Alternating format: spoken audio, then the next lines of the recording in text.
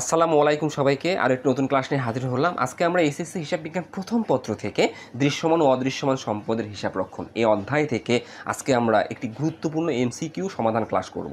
আজকে আমরা 2024 সালের বিভিন্ন বোর্ডে এই অধ্যায় থেকে যে এমসিকিউগুলো এসেছিল এগুলো সলভ করব। আমরা এই অধ্যায়ের এমসিকিউ শুরু করার আগে কিছু প্রয়োজনীয় তথ্য আমরা জেনে নেব। আমরা প্রয়োজনীয় তথ্য প্রথমে যেটা জানবো, ভগ্নাবশেষ মূল্য কী।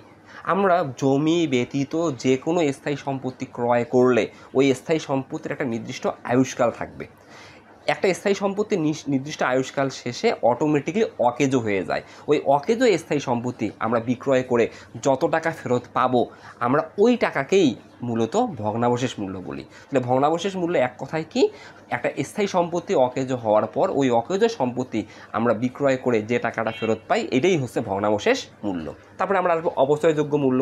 অবচয়যোগ্য মূল্য একদম সিম্পল বিষয়। সম্পত্তির মূল্য থেকে আমরা ওই সম্পত্তি অকেজো হওয়ার পর অকেজো সম্পত্তি আমরা বিক্রয় করে আয়ুষ্কাল শেষে যত টাকা ফেরত পাবো আমি ওই মূল্য সম্পত্তির মূল্য থেকে যদি বিয়োগ করি আমরা অবচয়যোগ্য মূল্য পাবো। এগুলো ম্যাথের সময় আমরা বেসিক আরও ডিটেল বুঝবো, জাস্ট প্রয়োজনীয় তথ্যগুলো একটু জেনে রাখো। তাহলে অবচয়যোগ্য মূল্য মানে কি, সম্পত্তির মূল্য থেকে ভগ্নাবশেষ মূল্য বিয়োগ করে যত টাকা আমরা পাবো এটাকে আমরা অবচয়যোগ্য মূল্য বলবো। তারপরে আমরা পুঞ্জীবিত অবচয় দেখব। পুঞ্জীবিত অবচয় কি? পুঞ্জীবিত অবচয় বলতে আমরা প্রতি বছর যে অবচয় নির্ণয় করি এই অবচয়ের সমষ্টিকেই আমরা মূলত পুঞ্জীবিত অবচয় বলি। তাহলে পুঞ্জীবিত অবচয় সমান অবচয়ের সমষ্টি। কিন্তু বাস্তবে পুঞ্জীবিত অবচয় হিসাবের কোন শ্রেণীর মধ্যে অন্তর্ভুক্ত? এটা বিপরীত সম্পদ। পুঞ্জীবিত অবচয় বিপরীত সম্পদ, তাই এটা কি পড়ে? ক্রেডিট জের প্রকাশ করে, যা ক্রেডিট জের প্রকাশ করে।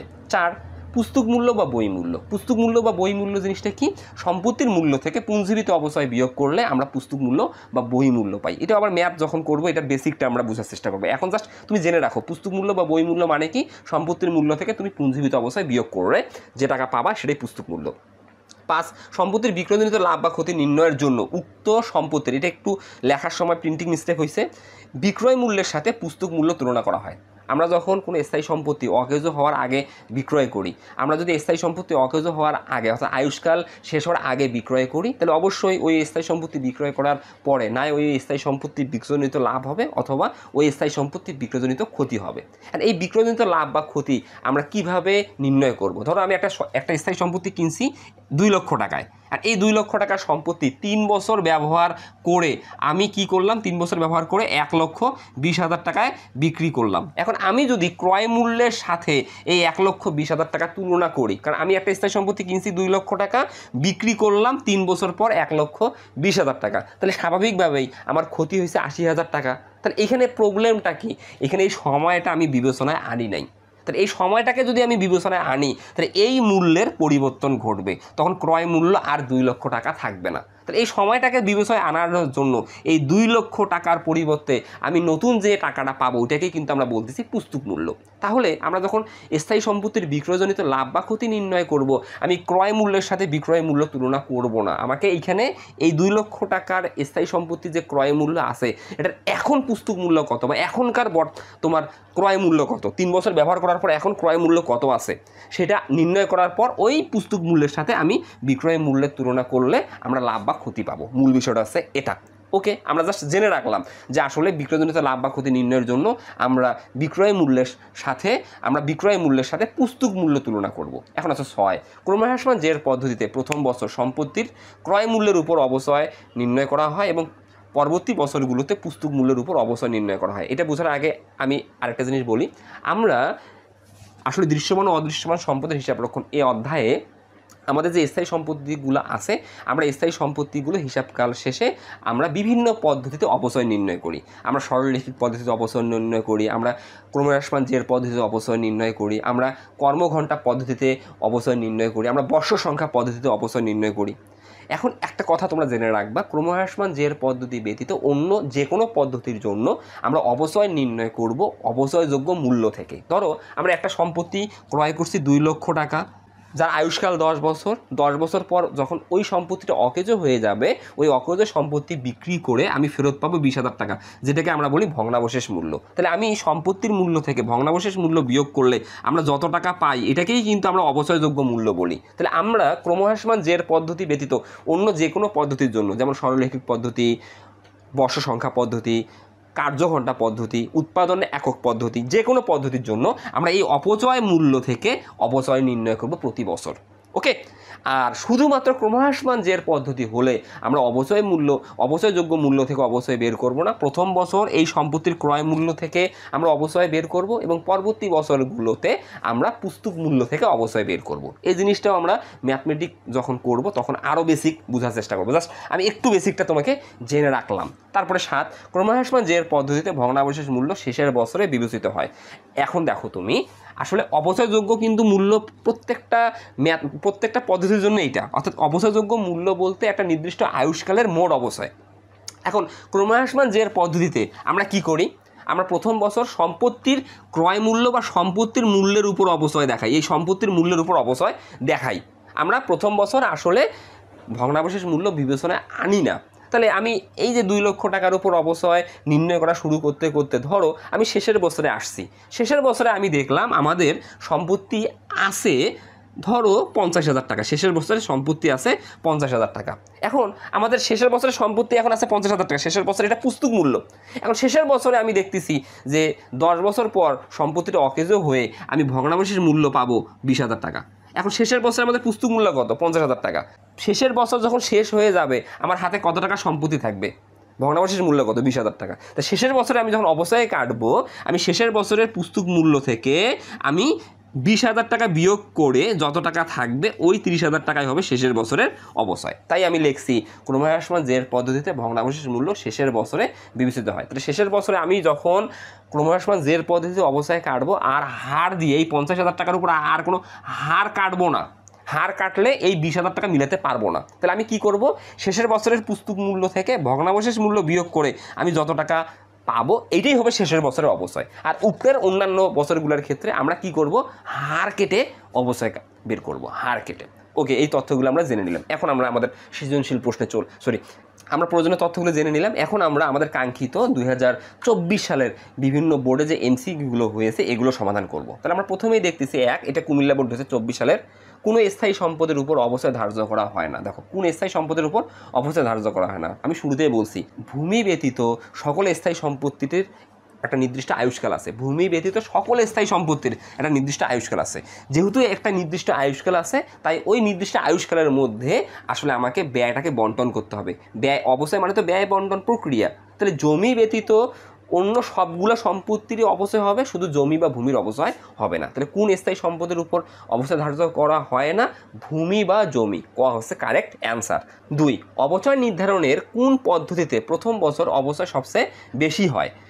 অবচয় নির্ণয়ের ক্ষেত্রে আমি তোমাদের কি বললাম একটু আগে, যে আমি ক্রমহ্রাসমান জের পদ্ধতি ব্যতীত অন্যান্য সকল পদ্ধতির জন্য অবচয় মূল্য থেকে আমরা অবচয় বের করব। শুধুমাত্র ক্রমহ্রাসমান জের পদ্ধতিতে প্রথম বছর আমরা ক্রয় মূল্যের উপর অবচয় দেখাবো। তাহলে অবচয়যোগ্য মূল্য মানে কি? সম্পত্তির ক্রয় মূল্য থেকে ভগ্নাবশেষ মূল্য বিয়োগ করে আমি যে টাকাটা পাই এটাকে কিন্তু আমি অবচয়যোগ্য মূল্য বলি। ধরো আমার ক্রয় মূল্য বা সম্পত্তির মূল্য 2 লক্ষ টাকা, ভগ্নাবশেষ মূল্য 20,000 টাকা, এই 20,000 টাকা বিয়োগ করে আমি অবচয়যোগ্য মূল্য পাবো। এখন ক্রমহ্রাসমান জের পদ্ধতি ব্যতীত অন্য যে কোনো পদ্ধতির জন্য আমি প্রতি বছর অবচয় বের করবো 1,80,000 টাকা থেকে। এখন ক্রমহ্রাসমান জের পদ্ধতিতে প্রথম বছরে আমি অবচয় বাইর করবো কোথা থেকে? এই 2 লক্ষ টাকা থেকে। তা স্বাভাবিকভাবেই আমি বেশি টাকার উপর অবচয় বেশি পাবো, কম টাকার উপর অবচয় কম পাবো। তাহলে এখানে প্রশ্নটা কি বলছে? অবচয় নির্ধারণের কোন পদ্ধতিতে প্রথম বছর অবচয় সবচেয়ে বেশি হয়? অবশ্যই ক্রমহ্রাসমান জের পদ্ধতিতে। তাহলে খ হচ্ছে কারেক্ট অ্যান্সার। আমি বেসিকটা তোমাকে বুঝে দিলাম যে আমি সকল পদ্ধতি ক্রমহ্রাসমান জের পদ্ধতি ব্যতীত অন্য সকল পদ্ধতির ক্ষেত্রে আমরা অবচয়যোগ্য মূল্য থেকে অবচয় পাবো। শুধুমাত্র ক্রমহ্রাসমান জের পদ্ধতিতে প্রথম বছর আমি ক্রয় মূল্য থেকে অবচয় পাবো এবং পরের বছরগুলোর জন্য আমি পুস্তক মূল্য থেকে অবচয় পাবো। তাহলে প্রথম বছর ক্রয় মূল্য বেশি, অবচয়যোগ্য মূল্য কম। তাহলে বেশি টাকা বেশি অবচয়, কম টাকা কম অবচয়। মূল বিষয়টা হচ্ছে এমন। তাহলে আমি অ্যান্সার পেলাম খ। এবার আসো আমরা 3, কোনটি অবচয়ের বাহ্যিক কারণ? আসলে অপ্রচলন এটা অবচয়ের বাহ্যিক কারণ। অপ্রচলন বলতে আমাদের একটা সম্পত্তি ব্যাকডেটেড হয়ে গেছে, তাহলে এটা বাহ্যিক কারণ। ক হচ্ছে আমাদের কারেক্ট অ্যান্সার। 4, অবচয় একটি। অবচয় আসলে জিনিসটা কি? অবচয় মূলত এটা আসলে অদৃশ্যমান লেনদেন এটা আন্তঃলেনদেন, হ্যাঁ, এটা ব্যয় বন্টন প্রক্রিয়া, অনগদ লেনদেন, আমরা বিভিন্ন নামে আখ্যায়িত করতে পারি। অবশ্যই জিনিসটা এক্স্যাক্টলি কি, ধরো আমরা একটা স্থায়ী সম্পত্তি 2 লক্ষ টাকায় কিনলাম, এই যে আমি একটা সম্পত্তি 2 লক্ষ টাকায় কিনলাম, ধরো এটা আয়ুষ্কাল 5 বছর, তাহলে আমি 5 বছরের জন্য এককালীন ব্যয় করলাম 2 লক্ষ টাকা, এটা কিন্তু ব্যয় হলো, কিন্তু এই ব্যয়টাকে আমি কিন্তু হিসাব বিজ্ঞানের দৃষ্টিকোণ থেকে আর খরচ হিসাবে ওই বছরে দেখালাম না। আমি কি এই 2 লক্ষ টাকা আয়ের বিপক্ষে চার্জ করব?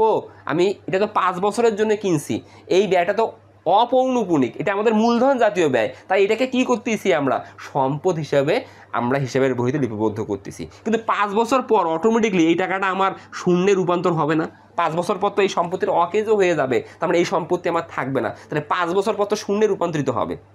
এই জন্য আমাকে কি করতে হয়, এই 5 বছরে ধীরে ধীরে আমাকে শূন্যে রূপান্তরিত করতে হয়। তার মানে এক্স্যাক্টলি মূল বিষয়টা কি, আমরা এই 5 লক্ষ টাকাকে আমরা বিভিন্ন বছরে ডিস্ট্রিবিউশন করে আমরা ধীরে ধীরে শূন্য করতেছি। এই জন্য এই 5 লক্ষ টাকার এই ডিস্ট্রিবিউশন প্রক্রিয়াটাকেই আমরা বলি অবশ্যই। তাহলে অবশ্যই মূলত কি, ব্যয় বন্টন প্রক্রিয়া। এই 5,000 টাকা আমরা বিভিন্ন আর্থিক বছরে ধীরে ধীরে আসলে আমরা সম্পত্তি থেকে হ্রাস করতেছি, মানে কমাচ্ছি, তাহলে আমার ধীরে ধীরে ব্যয় রূপান্তরিত হচ্ছে। এই সিস্টেমটাকেই আমরা বলি অবচয়। তাহলে অবচয় মানে কি, এক কথায় ব্যয় বন্টন প্রক্রিয়া। অবচয়ের ফলে কি হয়, স্থায়ী সম্পত্তির মূল্য হ্রাস পায়, এটা কারবারে একটা ব্যয়। তাহলে অবচয় একটি আন্তঃলেনদেন, এটা অভ্যন্তরীণ লেনদেন সঠিক, ব্যবসায়িক লেনদেন সঠিক, অনগদ লেনদেন সঠিক। কারণ অবচয় যত টাকা বের হয়, এই অবচয়ের টাকাটা কাউকে প্রদান করতে হয় না, কাউকে দিতে হয় না, এটা অনগদ লেনদেন। ওকে, তাহলে আমাদের 1, 2, 3 তিনোটাই কারেক্ট অ্যান্সার। তাহলে আমাদের ঘ হচ্ছে কারেক্ট অ্যান্সার। 5, কন্ট্রা সম্পদ কোনটি? আমি শুরুতেই বলছি, দেখো আমাদের প্রয়োজনীয় তথ্যের মধ্যে দেওয়া আছে, কি দেওয়া আছে আমাদের, এই যে হচ্ছে 3 পুঞ্জীবিত অবচয়, অবচয় সমষ্টি যা বিপরীত সম্পদ। মূলত পুঞ্জীবিত অবচয় এটা বিপরীত সম্পদ যা ক্রেডিট জের প্রকাশ করে। ওকে, তাহলে আমাদের এখানে কি বলছে যে কন্ট্রা সম্পদ কোনটি? তাহলে কন্ট্রা সম্পদ বলতে, কন্ট্রা হচ্ছে ইংরাজি শব্দ যার বাংলা বিপরীত। তাহলে বিপরীত সম্পদ এক্স্যাক্টলি আমাদের আসলে দুইটা হচ্ছে সবচেয়ে গুরুত্বপূর্ণ বিপরীত সম্পদ, একটা অনাদি পাওনা সঞ্চিতি আর একটা পুঞ্জীবিত অবস্থা। এটা আসলে বেশি ব্যবহৃত, হ্যাঁ, বেশি ব্যবহৃত। তাহলে কন্ট্রা সম্পদ কারবারে বেশি ব্যবহৃত দুইটা, একটা অনাদি পাওনা সঞ্চিতি, একটা পুঞ্জীবিত অবচয়। তাহলে এখানে আমাদের কি আছে দেখো তো, পুঞ্জীবিত অবচয়। আসলে 5-এর ক হচ্ছে কারেক্ট অ্যান্সার। তাহলে কন্ট্রা সম্পদ কোনটি? পুঞ্জীবিত অবচয়। এই পুঞ্জীবিত অবচয় আরও নামে থাকতে পারে, অবচয় সঞ্চিতি নামে থাকতে পারে। ওকে, এবার আসে 6, অদৃশ্যমান সম্পদের ব্যয় বন্টন প্রক্রিয়াকে কি বলে? আমরা যখন আসলে স্থায়ী সম্পত্তিকে আমাদের হিসাবের বহিতে লিপিবদ্ধ করি, স্থায়ী সম্পত্তিকে আমরা দুইটা শ্রেণীতে আবার কনভার্ট করি, স্পর্শনীয় স্থায়ী সম্পদ, অস্পর্শনীয় স্থায়ী সম্পদ। স্পর্শনীয় স্থায়ী সম্পদ মানে কি, যে সম্পত্তিগুলোকে ছোঁয়া যায়, ধরা যায়, দেখা যায়, এগুলো স্পর্শনীয় স্থায়ী সম্পদ। স্পর্শনীয় স্থায়ী সম্পদের ব্যয় বন্টন প্রক্রিয়াকে আমরা বলি অবচয়। আর অস্পর্শনীয় স্থায়ী সম্পদের ব্যয় বন্টন প্রক্রিয়াকে আমরা বলি অবলোপন। মূল বিষয়টা হচ্ছে এটা মাথায় রাখবা, যে স্পর্শনীয় স্থায়ী সম্পদের ব্যয় বন্টন প্রক্রিয়াকে বলি আমরা অবচয়। অস্পর্শনীয় স্থায়ী সম্পদ যেমন সুনাম, প্যাটেন্ট, ট্রেডমার্ক, এগুলার ক্ষেত্রে আমরা বের করি অবলোপন। তাহলে অদৃশ্যমান সম্পদের ব্যয় বন্টন প্রক্রিয়াকে কি বলে? অবলোপন। 7, অবচয় হলো একটি অনগদ খরচ সঠিক, ব্যয় বন্টন প্রক্রিয়া সঠিক, অদৃশ্যমান লেনদেন সঠিক, কারণ এটা দেখা যায় না, এটা ছোঁয়া যায় না। অবচয়টা জাস্ট অনুভবের বিষয়, আমাকে ফিল করতে হবে, তার মানে অদৃশ্যমান লেনদেন। তাহলে আমাদের তিনোটাই এখানে সঠিক অ্যান্সার। তাহলে 7-এর ঘ হচ্ছে 1, 2, 3, ঘ সঠিক অ্যান্সার। 8, যেসব উপাদান অবচয় নির্ণয়কে প্রভাবিত করে তা হলো। তাহলে অবচয় নির্ণয় করার সময় আসলে বিবেচ্য বিষয়সমূহ কী কী, আমি যদি অবচয় বের করি কি কি, তাহলে আমাদের প্রথমে কি আছে, সম্পত্তির ক্রয় মূল্য। হ্যাঁ, অবচয় নির্ণয় করার সময় সম্পত্তির ক্রয় মূল্য বিবেচিত হয়। আনুমানিক আয়ুষ্কাল, অবচয় নির্ণয়ের সময় আনুমানিক আয়ুষ্কাল বিবেচিত হয়। আনুমানিক ভগ্নাবশেষ মূল্য, আসলে অবচয় নির্ণয়ের সময় আনুমানিক ভগ্নাবশেষ মূল্য বিবেচিত হয়। তাহলে সম্পত্তির ক্রয় মূল্য বিবেচিত হয়, আয়ুষ্কালও বিবেচিত হয়, আনুমানিক ভগ্নাবশেষ মূল্য বিবেচিত হয়। তাহলে তিনটাই সঠিক অ্যান্সার, 1, 2, 3। তাহলে ঘ হচ্ছে কারেক্ট অ্যান্সার। 9, পুস্তক মূল্য কি? পুস্তক মূল্য ইকুয়াল কি? আমরা তো শুরুতেই প্রয়োজনীয় তথ্যের ক্ষেত্রে জানছি, পুস্তক মূল্য বলতে আসলে আমাদের অবশিষ্ট আয়ুষ্কালের জন্য আসল মূল্য বা সম্পত্তির বর্তমান মূল্য। কেন এই কথাটা বললাম? ধরে আমি একটা সম্পত্তি 2 লক্ষ টাকায় কিনছি, 2 লক্ষ টাকায় কিনে আমি 3 বছর ব্যবহার করলাম, 3 বছর ব্যবহার হয়ে গেছে, তাহলে 3 বছর যদি ব্যবহার হয়ে যায়, এই সময়টাকে যদি বিবেচনায় আনি, তাহলে আর 3 বছর পর কিন্তু সম্পত্তির মূল্য 2 লক্ষ টাকা থাকবে না। তার মানে এখানে মূল বিষয়টা কি, ফিনান্সের ভাষায় যদি আমি যাই, টাইম ভ্যালু অফ মানির যে আমাদের কনসেপ্টটা আছে, সেই কনসেপ্টের কাজটা আমরা এখানে করতেছি। তাহলে আমি একটা সম্পত্তি 3 বছর আগে 2 লক্ষ টাকা কিনছি, 3 বছর ব্যবহার করলাম, ওই সম্পত্তির এখন বর্তমান মূল্য কত, এটাই হচ্ছে আসলে পুস্তক মূল্য। তার মানে এখানে আসলে টাইম ভ্যালু অফ মানির বিষয়টাকে আমি আনতেছি, আর কোনো কিছুই না। তাহলে আমি 3 বছর আগে 2 লক্ষ টাকায় কিনছি, 3 বছর ব্যবহার করলাম, তাহলে এখন আমার এই 2 লক্ষ টাকার সম্পত্তির বর্তমান আসল মূল্য কত হবে, যেটাকে আমরা পুস্তক মূল্য বলি, একদম বেসিক এটা। তাহলে পুস্তক মূল্যের ক্ষেত্রে আমরা কি করব, এই যে 3 বছর যে ব্যবহার করলাম, 3 বছরের অবস্থায় সমষ্টি আগে নিয়ে আসবো। এখন ধরো আমি 2 লক্ষ টাকায় কিনছি, 3 বছর ব্যবহার করলাম, প্রতি বছর ধরো 20,000 টাকা করে আমি অবস্থায় কাটছি প্রতি বছর। তাহলে প্রথম বছর অবস্থায় কাটছি 20,000, দ্বিতীয় বছর 20,000, তৃতীয় বছর 20,000, তাহলে 3 বছরের অবস্থায় সমষ্টি কত হবে, 60,000 টাকা। এই 60,000 টাকা আমি কি করছি, আসলে ক্ষয় করে ফেলছি। তাহলে আমার 2 লক্ষ টাকার মধ্যে 60,000 টাকা ক্ষয় গেছে 3 বছরে। তাহলে 3 বছর পর আমার কাছে আর সম্পত্তি কত টাকা থাকবে, তাহলে 2 লক্ষ থেকে 60,000 টাকা বিয়োগ করে দাও, 1,40,000 টাকা থাকবে। এইটাই হচ্ছে 3 বছর পরের সম্পত্তির পুস্তক মূল্য বা আসল মূল্য। তাহলে মূল বিষয়টা কী দাঁড়ালো, আমি 2 লক্ষ টাকা থেকে এই পুঞ্জীবিত অবস্থায় 60,000 টাকা বিয়োগ করে যে টাকাটা পেলাম, এটাই পুস্তক মূল্য। তাহলে পুস্তক মূল্য সমান কি, আসলে ক্রয় মূল্য থেকে পুঞ্জীবিত অবস্থায় বিয়োগ করলেই পুস্তক মূল্য পাবো। তাহলে খ হচ্ছে আমাদের কারেক্ট অ্যান্সার। এবার 10 আসো, সরলরৈখিক পদ্ধতিতে অবস্থায় ধার্যের ক্ষেত্রে বিবেচনা করা হয়। সরলরৈখিক পদ্ধতিতে আমরা অবস্থায় ধার্যের ক্ষেত্রে কি বিবেচনা করি, আসলে শুধু সরলরৈখিক পদ্ধতিতে না, সরলরৈখিক পদ্ধতি, বর্ষ সংখ্যা পদ্ধতি, উৎপাদন একক পদ্ধতি, কর্মঘণ্টা পদ্ধতি, ক্রমহ্রাসমান জের পদ্ধতি ব্যতীত সকল পদ্ধতির জন্য আমরা এই জিনিসটা বিবেচনায় আনি। সেটা হচ্ছে আমরা অবচয়যোগ্য মূল্যকে আমরা কি করি, আয়ুষ্কাল বা বর্ষ সংখ্যা বা উৎপাদন একক দ্বারা ভাগ করি এবং যেটা প্রয়োজন সেটা দ্বারা গুণ করি। তাহলে সরলরৈখিক পদ্ধতিতে অবস্থায় ধার্যের ক্ষেত্রে বিবেচনা করা হয় সম্পত্তির ক্রয় মূল্য ঠিক আছে, আনুমানিক আয়ুষ্কাল ঠিক আছে, আনুমানিক ভগ্নাংশের মূল্য ঠিক আছে। এই তিনটাই আসলে সরলরৈখিক পদ্ধতিতে বিবেচনায় আনা হয়। তাহলে আমাদের 10-এর ঘ হচ্ছে সঠিক অ্যান্সার, 1, 2, 3। কারণ সরলরৈখিক পদ্ধতিতে অবস্থার সূত্রটা কি, অবচয়যোগ্য মূল্যকে আয়ুষ্কাল দ্বারা ভাগ করি। অবচয়যোগ্য মূল্য মানে কি, ক্রয় মূল্য থেকে ভগ্নাবশেষ মূল্য বিয়োগ করলে আমরা অবচয়যোগ্য মূল্য পাই, অবচয়যোগ্য মূল্যকে আয়ুষ্কাল দ্বারা ভাগ করলে আমরা সরলরৈখিক পদ্ধতিতে বার্ষিক অবচয় পাই। তাহলে তিনটাই বিবেচিত হয়।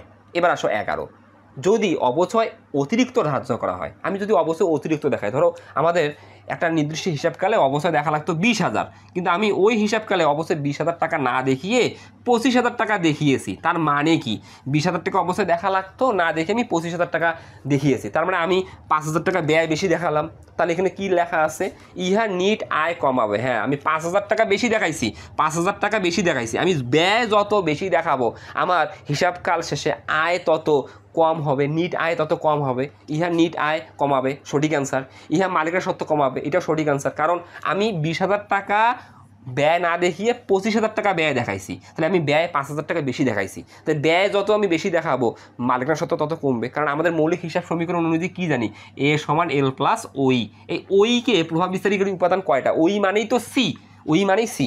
সিকে প্রভাব বিস্তারকারী উপাদান 3টা, 1 আয় হলে যোগ হয়, 2 ব্যয় হলে বিয়োগ হয়, 3 মালিক যদি ব্যক্তিগত প্রয়োজনে উত্তোলন করে বিয়োগ হয়। তাহলে ব্যয় আমি যদি বেশি দেখাই তাহলে আমার মালিকের সত্ত্ব অর্থাৎ ওই কমে যায়, তাহলে এটাও সঠিক অ্যান্সার। ইহা দায় বাড়াবে।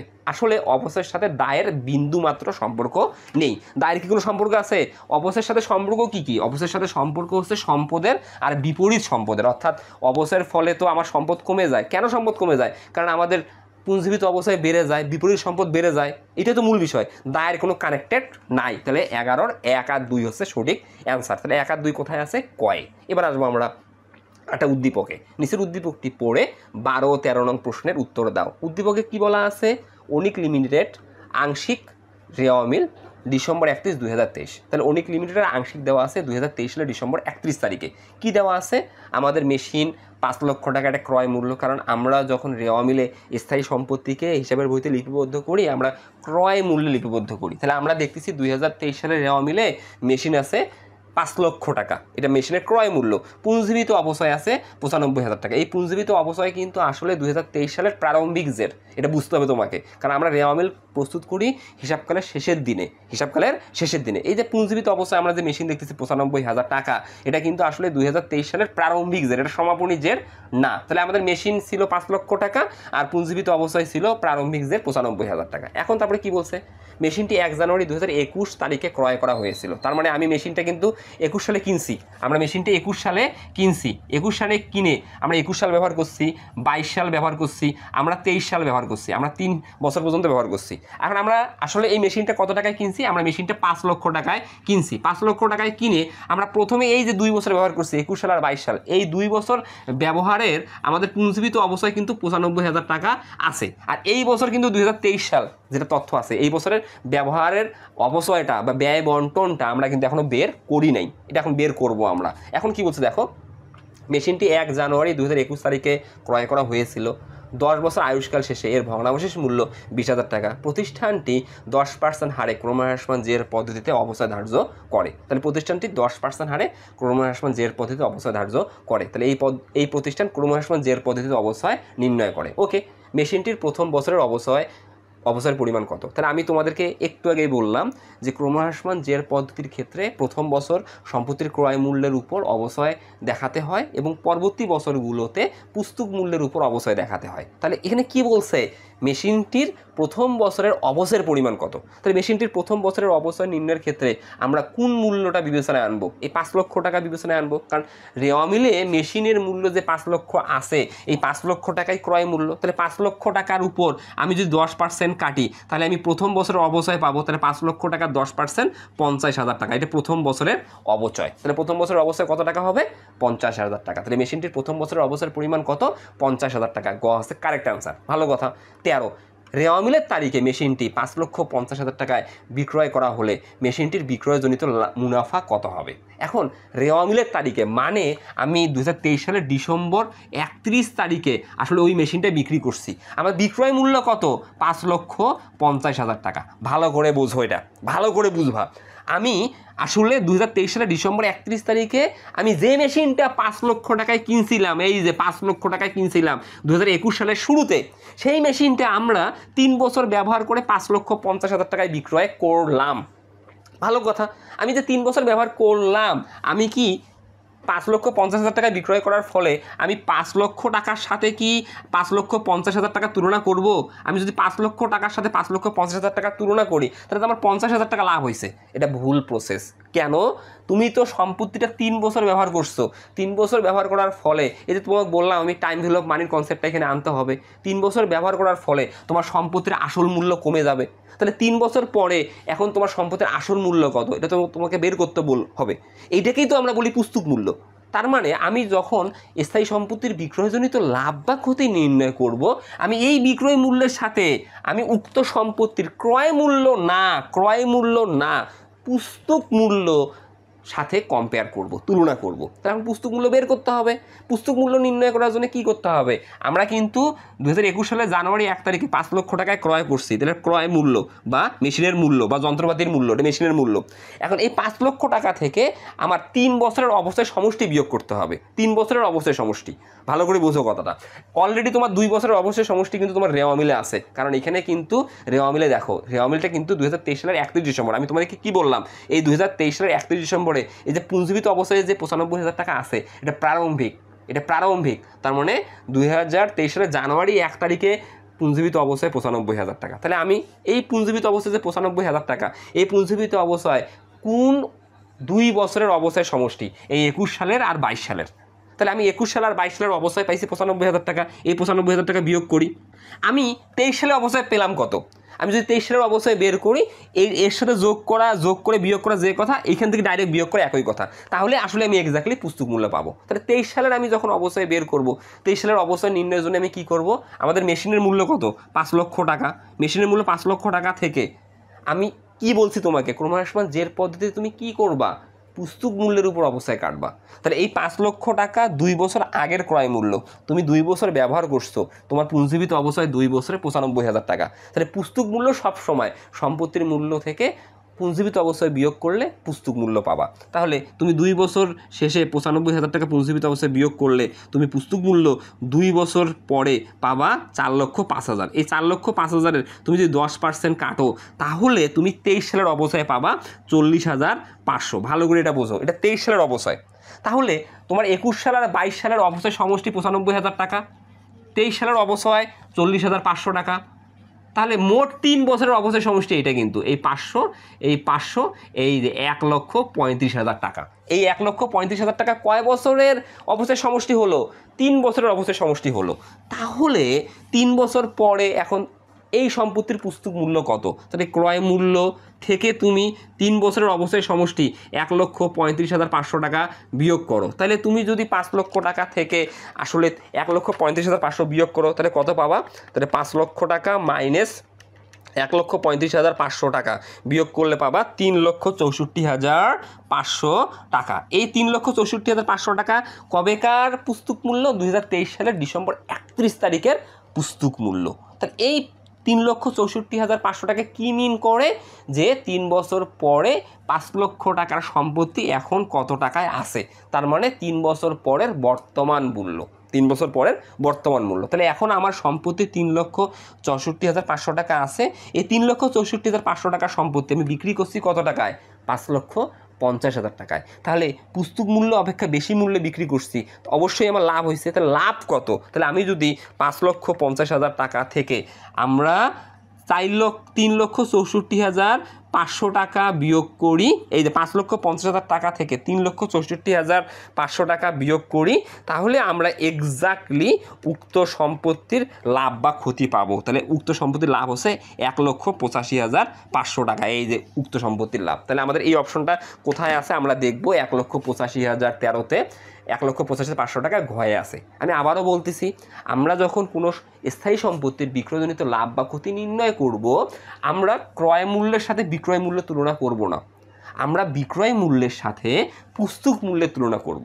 পুস্তক মূল্য পাবো কিভাবে? আমরা সম্পত্তির মূল্য থেকে পুঞ্জীবিত অবস্থায় বিয়োগ করব। সম্পত্তির মূল্য তোমার এই প্রশ্নে আছে 5 লক্ষ টাকা। তুমি এই সম্পত্তিটা অলরেডি কয় বছর ব্যবহার করলা? 3 বছর। তুমি 21 সালে ব্যবহার করছো, 22 সালে ব্যবহার করছো। এই 21 সাল এবং 22 সালের অবস্থায় সমস্যাটা পুঞ্জীবিত অবস্থায়। এই দেখো পুঞ্জীবিত অবস্থায়। তাহলে পুঞ্জীবিত অবস্থায় কত টাকা? 95,000 টাকা। তুমি একটু আর্থিক অবস্থার বিবরণীটা চিন্তা করো তো, তুমি আর্থিক অবস্থার বিবরণীতে কিভাবে অঙ্ক করো? তুমি আর্থিক অবস্থার বিবরণীতে তুমি মেশিন লেখো প্রথম ঘরে 5 লক্ষ টাকা, সেইখান থেকে তুমি কি করো? মাইনাস পুঞ্জীবিত অবস্থায় বিয়োগ করো, পুঞ্জীবিত অবস্থায় বিয়োগ করো। তাহলে পুঞ্জীবিত অবস্থায় তোমার কি আসলে রেওয়া মিলে আছে 95,000 টাকা, চলতি বছরের পুঞ্জীবিত অবস্থায়, এই চলতি বছরের অবস্থায় 40,500 টাকা। এই দুটো যোগ করে তুমি বিয়োগ করো 1,35,500 টাকা। এখন 1,35,500 টাকা, 5 লক্ষ টাকা থেকে তুমি 1,35,500 টাকা যদি বিয়োগ করো, তাহলে তুমি এখন কত পাচ্ছ? 3,64,500 টাকা। এইটা তুমি কিন্তু আসলে মেশিনের দ্বিতীয় ঘরে দাও, অর্থাৎ দ্বিতীয় টাকার ঘরে দাও। এই যে টাকাটা বের করলা, এটাকেই তো আমরা পুস্তক মূল্য বলি। তাহলে আমরা কিন্তু আর্থিক অবস্থার বিবরণীতে স্থায়ী সম্পত্তিকে পুস্তক মূল্যেই লিপিবদ্ধ করি। ওই পুস্তক মূল্যটাই এক্স্যাক্টলি লাভ বা ক্ষতি নির্ণয় করার সময় আমার লাগবে। মূল বিষয়টা হচ্ছে এটা। তাহলে আমি 3,64,500 টাকার সম্পত্তি 5,50,000 টাকায় বিক্রি করছি, তাহলে কম টাকার সম্পত্তি বেশি দামে বিক্রি করছি, অবশ্যই আমার লাভ হবে। তাহলে লাভ কত? 1,85,500 টাকা। তাহলে আমাদের আসলে 13 হয়ে গেল। এবার আসবো আমরা 14-14 জন্য আমরা উদ্দীপক দেখতেছি। নিচের উদ্দীপকটি পড়ে 14 ও 15 নং প্রশ্নের উত্তর দাও। কি বলা আছে? 2020 সালের 1 জানুয়ারি তারিখে তন্ময় কোং 42,000 টাকা ব্যয় একটি সরঞ্জাম ক্রয় করে, জাহাজ ভাড়া সংস্থাপন বাবদ 3,000 টাকা খরচ করে। উক্ত সরঞ্জামের আনুমানিক আয়ুষ্কাল 6 বছর শেষে ভগ্নাবশেষের মূল্য 6,000 টাকা ধরা হয়। ওকে, আমরা যে তথ্যগুলো দেখতেছি, আমরা প্রথমে দেখতেছি তন্ময় কোং 42,000 টাকা একটি কি ক্রয় করছে? আসলে সরঞ্জাম ক্রয় করছে। 42,000 টাকা ব্যয় একটি সরঞ্জাম ক্রয় করছে। কত টাকা দ্বারা? 42,000 টাকা সরঞ্জাম ক্রয় করছে। এখন সরঞ্জাম ক্রয় করার পর আনুষঙ্গিক ব্যয় কত? আনুষঙ্গিক ব্যয় 3,000 টাকা। এই আনুষঙ্গিক ব্যয়টা কি? এটা মূলধন জাতীয় ব্যয়। এই ব্যয়টাকে কি করতে হয়? ক্রয় মূল্যের সাথে যোগ করে ওই সম্পত্তির নামে লিপিবদ্ধ করতে হয়। তাহলে ক্রয় মূল্য 42,000 টাকা, আনুষঙ্গিক ব্যয় 3,000 টাকা। তাহলে সম্পত্তিটার মূল্য এখন কত হবে? 45,000 টাকা। এই 45,000 টাকা এখন আসলে ওই সম্পত্তির নামে ডেবিট করতে হবে। ওকে, এখন আমি সরঞ্জাম ক্রয় করলাম 45,000 টাকায়, যার আয়ুষ্কাল কয় বছর? আয়ুষ্কাল হচ্ছে আমাদের 6 বছর। 6 বছর পর যখন এই সম্পত্তিটা অকেজো হয়ে যাবে তখন ওই সম্পত্তিটা, অকেজো সম্পত্তিটা বিক্রি করে ফেরত পাবো কত টাকা? 6,000 টাকা। এখন তারপরে কি বলছে? কোম্পানি সরলরৈখিক পদ্ধতিতে অবস্থা ধার্য করে 2023 সালের 1 জানুয়ারি তারিখে উক্ত সরঞ্জামটি নগদ 20,000 টাকায় বিক্রয় করা হয়। এই তথ্যগুলো আছে। তাহলে এখানে কি করে? আসলে প্রতিষ্ঠানটি সরলরৈখিক পদ্ধতিতে অবস্থা ধার্য করে। সরলরৈখিক পদ্ধতিতে অবস্থা ধার্যের ক্ষেত্রে নিয়ম কি? অবশ্যই বের করবে কীভাবে? বার্ষিক অবশ্যই সমান। তাহলে বার্ষিক অবশ্যই সমান তখন হবে আসলে অপচয়যোগ্য মূল্যকে আয়ুষ্কাল দ্বারা ভাগ করব। আর অপচয়যোগ্য মূল্য মানে কি? সম্পত্তির মূল্য থেকে আমরা যদি ভগ্নাবশেষ মূল্য বিয়োগ করি তাহলে আমরা পাই অপচয়যোগ্য মূল্য। সেটাকে যদি আমি আয়ুষ্কাল দ্বারা ভাগ করি তাহলে আমরা পাবো বার্ষিক অবশ্যয়। তাহলে আমাদের এখানে অপচয়যোগ্য মূল্য কত টাকা? 39,000 টাকা। 39,000 টাকাকে আমি যদি 6 দ্বারা ভাগ করি তাহলে আমি আসলে সরলরৈখিক পদ্ধতিতে বার্ষিক অবশ্যই পাবো। তাহলে সরলরৈখিক পদ্ধতিতে বার্ষিক অবশ্যই কত টাকা আসবে? আসবে হচ্ছে আমাদের 6,500 টাকা। তাহলে আমি যে সম্পত্তি প্রশ্নে দেখতেছি এই সম্পত্তির বার্ষিক অবশ্যই 6,500 টাকা। প্রথম বছরে 6,500, দ্বিতীয় বছরে 6,500, তৃতীয় বছরে 6,500, এবার 6 বছর পর্যন্ত 6,500। সরলরৈখিক মানে প্রতি বছর সমান, সরল মানে সমান। ওকে, এখন আমাকে তার প্রশ্নে কি বলছে? 14 সরঞ্জামের বার্ষিক অবস্থার পরিমাণ কত? আমাকে 14 কিন্তু এটাই বলছে সরঞ্জামের বার্ষিক অবস্থা। আমরা বের করে ফেলছি একদম 6,500 টাকা। তাহলে আমাদের 6,500 টাকা খ কারেক্ট অ্যান্সার 14-এর 6,500 টাকা। তারপরে কি বলছে? সরঞ্জাম বিক্রয়ের লাভ বা ক্ষতির পরিমাণ কত? আমাদের কিন্তু শেষে এই তথ্যটা দেওয়া আছে। দেখো, তুমি ভালো করে দেখো, এখানে একটু ঠান্ডা মাথায় দেখো। তুমি তন্ময় কোং, তুমি 2020 সালের 1 জানুয়ারি তারিখে 42,000 টাকা একটি সরঞ্জাম কিনছো। তুমি আনুষঙ্গিক ব্যয় নির্বাহ করছো 30,000 টাকা। তাহলে তোমার সরঞ্জামের মূল্য দাঁড়াইছে 45,000 টাকা। 45,000 টাকা। তুমি এই 45,000 টাকা সম্পত্তি 6 বছর ব্যবহার করবা। 6 বছর পর যখন অকেজো হবে ওই অকেজো সম্পত্তি তুমি 6,000 টাকায় বিক্রি করবা, যেটাকে ভগ্নাবশেষের মূল্য বলা হয়। তাহলে আমি সম্পত্তির মূল্য থেকে ভগ্নাবশেষের মূল্য বিয়োগ করলে আমরা অপচয়যোগ্য মূল্য পাইছি 39,000 টাকা। সরলরৈখিক পদ্ধতিতে আমরা অপচয়যোগ্য মূল্যকে আয়ুষ্কাল দ্বারা ভাগ করলে, আয়ুষ্কাল 6 বছর, আমরা কিন্তু বার্ষিক অবচয় পাই।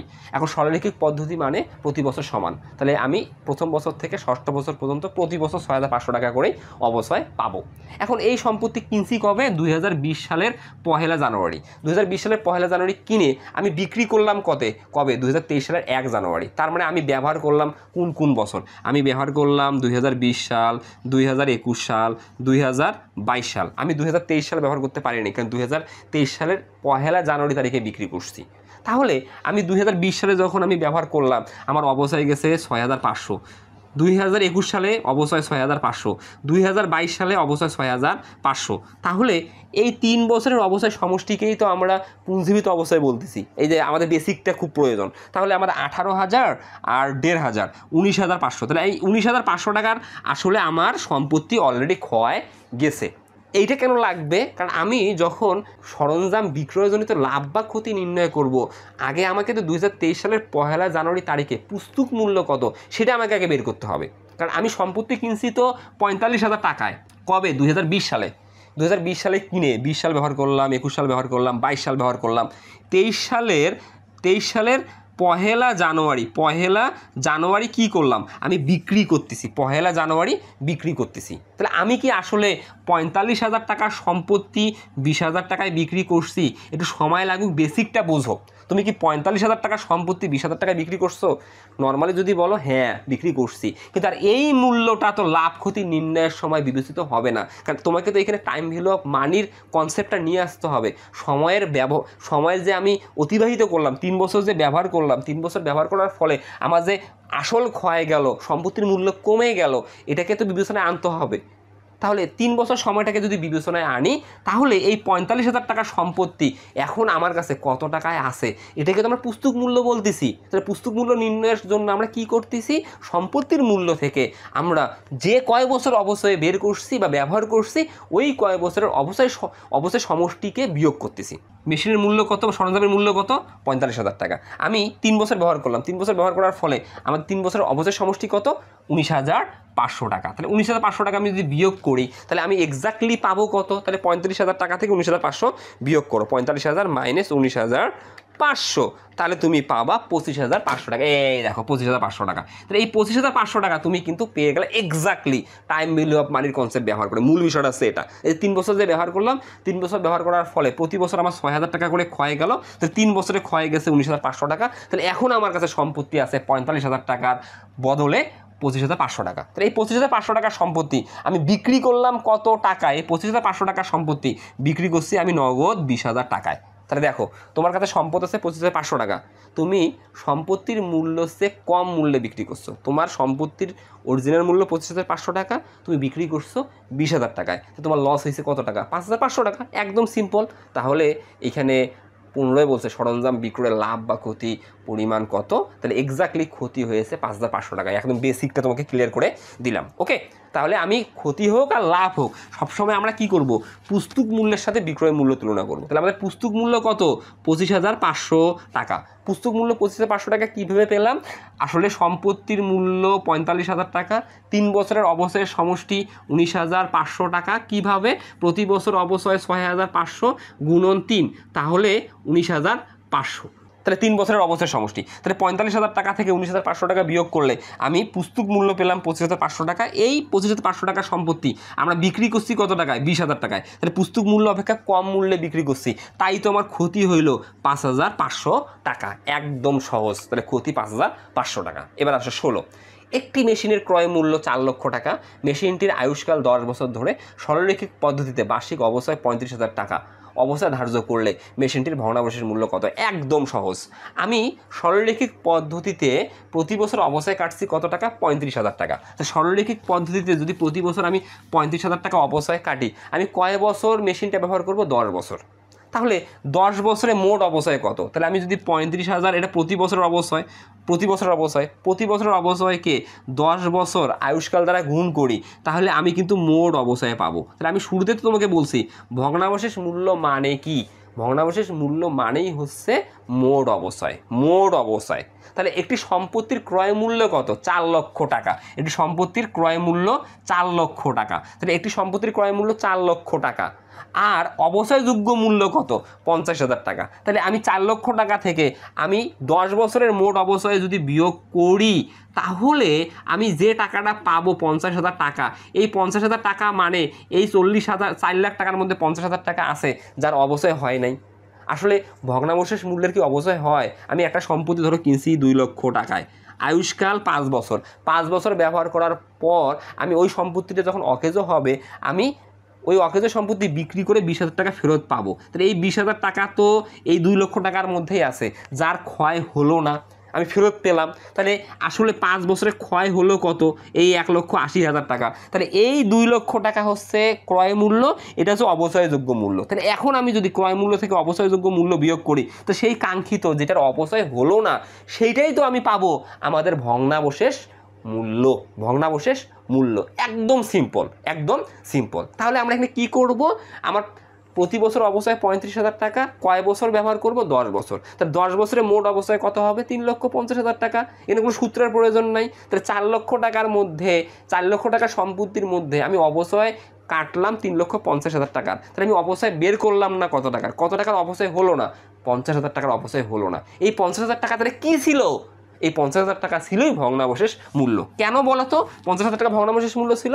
কারণ এই 4 লক্ষ টাকা থেকে সেই 50,000 টাকা বিয়োগ করলেই আমি তো আসলে অবচয়যোগ্য মূল্য 3,50,000 টাকা পাবো। এই অবচয়যোগ্য মূল্য মানেই তো মোট অবচয়। তা একদম ইজি আমরা বুঝতে পারলাম। এবার আসবো আমরা 17-18। এটার জন্য আবার একটা উদ্দীপক লাগবে। এখানে বলছে কি 17-18 জন্য জাকির ট্রেডার্স এর ব্যবসায় প্রতিষ্ঠানে যন্ত্রপাতির উপর 10% হারে অবচয় ধার্য করে। তাহলে যন্ত্রপাতির উপর 10% হারে অবচয় ধার্য করে। 50,000 টাকা পুস্তক মূল্যের একটি যন্ত্রপাতির পুঞ্জীভূত অবচয় 15,000 টাকা। এই দেখো 50,000 টাকা পুস্তক মূল্য মানে কি? পুস্তক মূল্য মানেই হচ্ছে সম্পত্তির মূল্য থেকে পুঞ্জীভূত অবস্থায় বিয়োগ করার পর যত টাকা থাকবে এটা পুস্তক মূল্য। তাহলে এখানে কিন্তু দেখো 50,000 টাকা পুস্তক মূল্যের, তাহলে এখানে পুস্তক মূল্য দেওয়া আছে 50,000 টাকা। এই পুস্তক মূল্য যে 50,000 টাকা আছে, এটা মানে কি? সম্পত্তির মূল্য থেকে পুঞ্জীভূত অবস্থায় বিয়োগ করে কিন্তু পুস্তক মূল্য পাওয়া গেছে।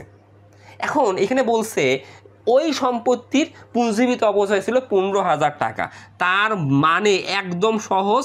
তাহলে অবশ্যই একটা হোয়াট টাকা ছিল, সেখান থেকে 15,000 টাকা বিয়োগ করে আমি পাইছি 50,000 টাকা।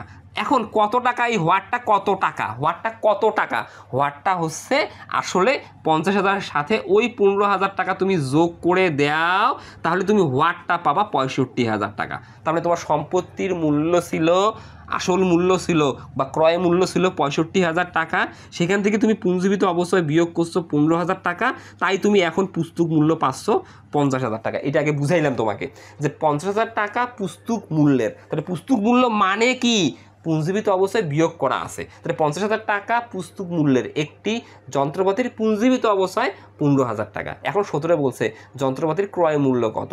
একদম সিম্পল, যন্ত্রপাতির ক্রয় মূল্যের নির্ণয়ের জন্য তুমি কি করবা, এই যে তোমার পুস্তক মূল্যের সাথে এখন তুমি কি যোগ করে দিবা, পুস্তক মূল্যের সাথে কি যোগ করে দিবা, তুমি পুস্তক মূল্যের সাথে তুমি যোগ করে দিবা পুঞ্জীবিত অবস্থায়। কেন, তুমি নিজে একটু সূত্রটা চিন্তা করো তো, পুস্তক মূল্য নির্ণয়ের সূত্র কি, তাহলে পুস্তক মূল্য নির্ণয়ের সূত্র কি, পুস্তক মূল্য সমান ক্রয় মূল্য মাইনাস পুঞ্জীবিত অবস্থায়, মান বসিয়ে দাও।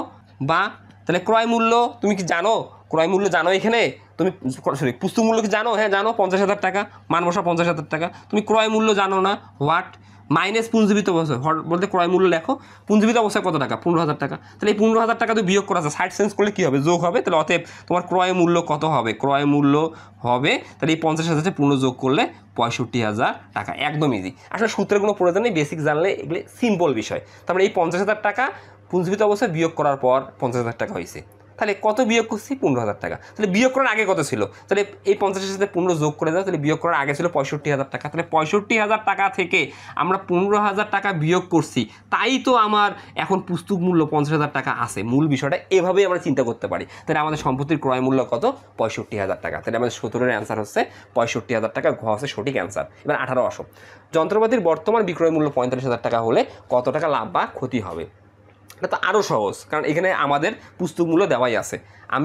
আমরা কি শিখছি যে আমরা কোনো স্থায়ী সম্পত্তির লাভ বা ক্ষতি নির্ণয়ের জন্য পুস্তক মূল্যের সাথে বিক্রয় মূল্য তুলনা করব, ক্রয় মূল্যের সাথে তুলনা করব না। আমরা যদি এই অঙ্কটায় দেখি আমাদের 3টা মূল্য আছে, এই যন্ত্রপাতির, এখানে যন্ত্রপাতির ক্রয় মূল্য 65,000 টাকা, পুস্তক মূল্য 50,000 টাকা, বিক্রয় মূল্য 45,000 টাকা, 3টা মূল্য আছে। ওকে, তাহলে প্রথমে কি আছে আমাদের, এটা ক্রয় মূল্য আছে, ক্রয় মূল্যের পর কি আছে, পুস্তক মূল্য। পুস্তক মূল্য মানে কি, এখনকার আসল মূল্য, এখন আমি লাভ বা ক্ষতি নির্ণয়ের জন্য এই দুইটা কম্পেয়ার করব, এইটাকে বিবেচনায় আনবো না। তাহলে আমি 50,000 টাকার সম্পত্তি কত টাকায় বিক্রি করছি, 45,000 টাকায় বিক্রি করছি, তাহলে আমি আমার কাছে যত টাকা মূল্যের সম্পত্তি ছিল তার চেয়ে কম দামে বিক্রি করছি, তাহলে লস হবে না। তোমার কাছে যত টাকা সম্পত্তি আছে, তুমি যদি ওটা বেশি দামে বিক্রি করো তোমার লাভ, ওটার সাথে যদি কম দামে বিক্রি করো তোমার লস বা ক্ষতি, তাহলে তোমার তো ক্ষতি হয়েছে 5,000 টাকা, তাহলে 18-র ক্ষতি হবে 5,000 টাকা, তাহলে 18-র খ অ্যান্সার। ওকে, নিচের উদ্দীপকটি পরে 19 ও 20 নং প্রশ্নের উত্তর দেবো। আরও একটা আমরা এখানে উদ্দীপকের 2টা প্রশ্নের উত্তর দেবো। কি বলছে, 2023 সালের 1 জানুয়ারি তারিখে সালাম এন্টারপ্রাইজ 60,000 টাকায় একটি মেশিন ক্রয় করে, যার আনুমানিক জীবনকাল 10 বছর এবং ভগ্নাবশেষ মূল্য 10,000 টাকা। ভালো কথা, তাহলে এখানে প্রশ্নানুসারে দেখা যাচ্ছে যে 2023 সালের 1 জানুয়ারি সালাম কী করছে, 60,000 টাকায় একটি মেশিন ক্রয় করে, যার আয়ুষ্কাল 10 বছর, ভগ্নাবশেষ মূল্য 10,000 টাকা। আমি যদি সরলরৈখিক পদ্ধতিতে অপচয় কাটি, তাহলে আগে আমার অপচয়যোগ্য মূল্য জানতে হবে। তাহলে আমাদের এখানে অপচয়যোগ্য মূল্য কত হবে, 60,000 টাকা থেকে ভগ্নাবশেষ মূল্য বিয়োগ করলে আমি অপচয়যোগ্য মূল্য পড়বো, তো 60,000 মাইনাস 10,000, তাহলে আমাদের অপচয়যোগ্য মূল্য কত, 50,000। এই 50,000কে আমি যদি আয়ুষ্কাল দ্বারা ভাগ করি, আয়ুষ্কাল কত বছর, আয়ুষ্কাল 10 বছর, তাহলে আমি আসলে সরলরৈখিক পদ্ধতিতে প্রতি বছরের অবচয় পাবো 5,000 টাকা, সরলরৈখিক পদ্ধতিতে।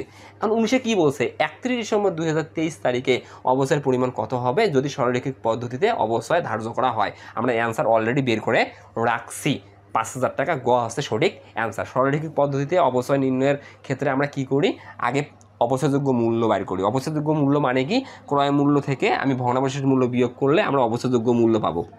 এই অবচয়যোগ্য মূল্যকে আমরা যদি আয়ুষ্কাল দ্বারা ভাগ করি, তাহলে আমরা বার্ষিক অবচয় পাবো, সরলরৈখিক পদ্ধতিতে প্রতি বছরের অবচয় পাবো। তাহলে প্রথম বছরেও 5,000, দ্বিতীয় বছরে 5,000, তৃতীয় বছরে 5,000, এভাবে দশমতম বছরেও 5,000। ওকে, 20 31 ডিসেম্বর 2024 তারিখে অবসরের পরিমাণ কত হবে যদি ক্রমহ্রাসমান জের পদ্ধতিতে অবসর ধার্য করা হয়। এখন আমরা যখন সরলরৈখিক পদ্ধতিতে অবসর বের করতেছি, সরলরৈখিক পদ্ধতিতে অবসর নির্ণয়ের জন্য আমরা আয়ুষ্কাল থাকলেই আমরা অবসর বের করতে পারতেছি, কারণ অবসরযোগ্য মূল্যকে, যেমন এখানে ছিল অবসরযোগ্য মূল্য 60,000 টাকা থেকে 10,000 বিয়োগ করে আমরা অবসরযোগ্য মূল্য পাইছি 50,000 টাকা।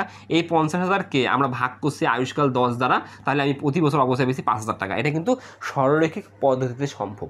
কিন্তু যদি ক্রমহ্রাসমান জের পদ্ধতিতে আমাকে অবসর নির্ণয় করতে বলে এই তথ্য ব্যবহার করে, তখন কিন্তু আমার অবসর হার লাগবে। এখানে এই হারটা তো আমাদের হোয়াট, অবসর হার কি জানা আছে তোমার এখানে? নাই তো।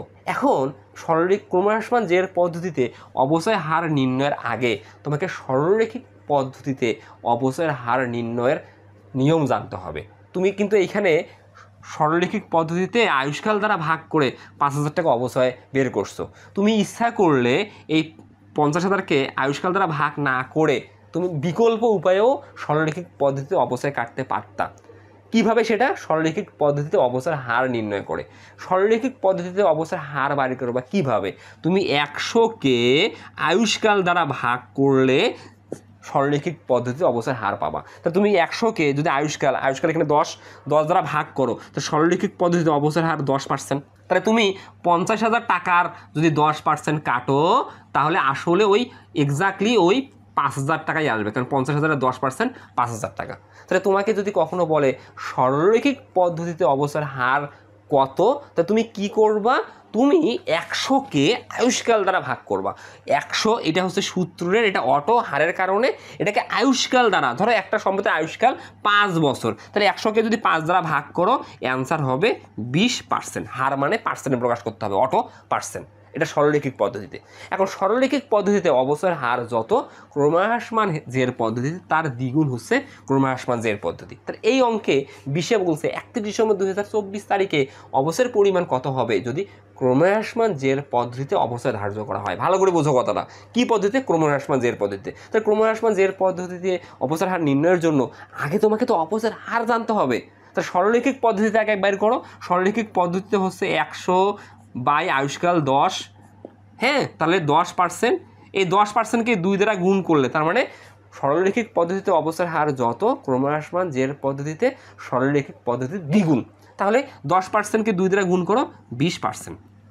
এখন তোমাকে কোন সালের অবস্থা নির্ণয় করতে বলছে? ক্রমহ্রাসমান জের পদ্ধতিতে 2024 সালে, কিন্তু তুমি সম্পত্তিটা কিনছো কবে? 2023 সালে। তার মানে তোমাকে দ্বিতীয় বছরের অবস্থা নির্ণয় করতে বলছে। তাই দ্বিতীয় বছরের অবস্থা নির্ণয়ের জন্য তোমাকে ক্রমান্বয়ে যাইতে হবে। প্রথমে প্রথম বছরের অবস্থা বের করতে হবে। তাহলে প্রথম বছরের অবশ্যই তুমি সম্পত্তির ক্রয় মূল্যের উপর বের করবে, কারণ তুমি এখন 20 নম্বর অঙ্কে কি পদ্ধতিতে অবশ্যই বের করতেছো? ক্রমহ্রাসমান জের পদ্ধতি। ক্রমহ্রাসমান জের পদ্ধতিতে তুমি কি আর অবচয়যোগ্য মূল্যের উপর অবশ্যই কাটতে পারবা না। ক্রমহ্রাসমান জের পদ্ধতিতে আমরা অবশ্যই কার উপর ধরি? আমরা অবশ্যই প্রথম বছর ধরি ক্রয় মূল্যের উপর, পরের বছরগুলোর জন্য ধরি আমরা পুস্তক মূল্যের উপর। ওকে, তাহলে প্রথম বছর ক্রয় মূল্য 60,000 টাকা, যার অবসর হার 20%। তো 60,000-এর 20% কত টাকা? 60,000-এর 20% 12,000 টাকা। তাহলে প্রথম বছর শেষে, এটা কিন্তু প্রথম বছর, এটা হচ্ছে প্রথম বছর। তাহলে প্রথম বছর শেষে এই সম্পত্তির পুস্তক মূল্য কত? তাহলে আমি 60,000 টাকা থেকে যদি পুঞ্জীবিত অবস্থায় 12,000 টাকা বিয়োগ করি, তাহলে আমি প্রথম বছর শেষে আসলে পুস্তক মূল্য পাবো 48,000 টাকা। দ্বিতীয় বছরে গিয়ে এই 48,000 টাকার উপর আবার আমি অবচয় কাটবো। তাহলে এইটা দ্বিতীয় বছর। 48,000 কত পার্সেন্ট? আবার সেই 20%। তাহলে 48,000-এর 20% কাটলে আমি কত পাবো? 9,600 টাকা। দেখছো বিষয়টা? তাহলে দ্বিতীয় বছর অবশ্যই কত বের হবে? 9,600 টাকা। দ্বিতীয় বছর আমি অবশ্যই বের করলাম কার উপর? পুস্তক মূল্যের উপর। এই দেখো ভালো করে বিষয়টা, প্রথম বছর ক্রয় মূল্য 60,000 টাকা, দ্বিতীয় বছর কিন্তু আমার 60,000 টাকার উপর ধরে নেই। এই প্রথম বছরের অবস্থায় 12,000 টাকা বিয়োগ করার পর যত টাকা ছিল, এটা প্রথম বছর শেষে পুস্তক মূল্য। দ্বিতীয় বছরে ওই টাকার উপর আমি বছর শেষে কিন্তু 20% কেটে 9,600 টাকা পেলাম। এটা প্রসেস। এইভাবেই ক্রমহ্রাসমান জের পদ্ধতিতে ক্রমান্বয়ে পরবর্তী বছরগুলোতে আমরা অপচয় কাটি। তাহলে আমরা 20-এ অ্যান্সার কথা পাবো 9,600। কিন্তু দুঃখের বিষয়, এই যে সালের প্রশ্নটা যে আসছে, এটা দিনাজপুর বোর্ড 2024 সালে, তার সঠিক অ্যান্সার ছিল না। এখানে যেটাতে দাগাবে সে পূর্ণ মার্ক পাবে, যে নাও দেখায় পূর্ণ মার্ক পাবে। মানে এমসিকিউ যদি ভুল হয় ওখানে সবাই কারেক্ট মার্ক পাবে। তাহলে সঠিক উত্তর নেই, সঠিক উত্তর হবে 9,600 টাকা। তাহলে আমরা 20 পেয়ে গেলাম। এবার নিচের উদ্দীপকটি পড়ে 21 ও 22 নং প্রশ্নের উত্তর দাও। এবার 21 ও 22-এর উত্তর দিব আমরা। কি বলছে 2122-এর উত্তরে যে মেসার্স সোমা ট্রেডার্স 2021 সালের 1 জানুয়ারি তারিখে 5,75,000 টাকায় 15% ভ্যাট সহ একটি মেশিন ক্রয় করে। উক্ত মেশিনের সংস্থাপন ব্যয় 25,000 টাকা।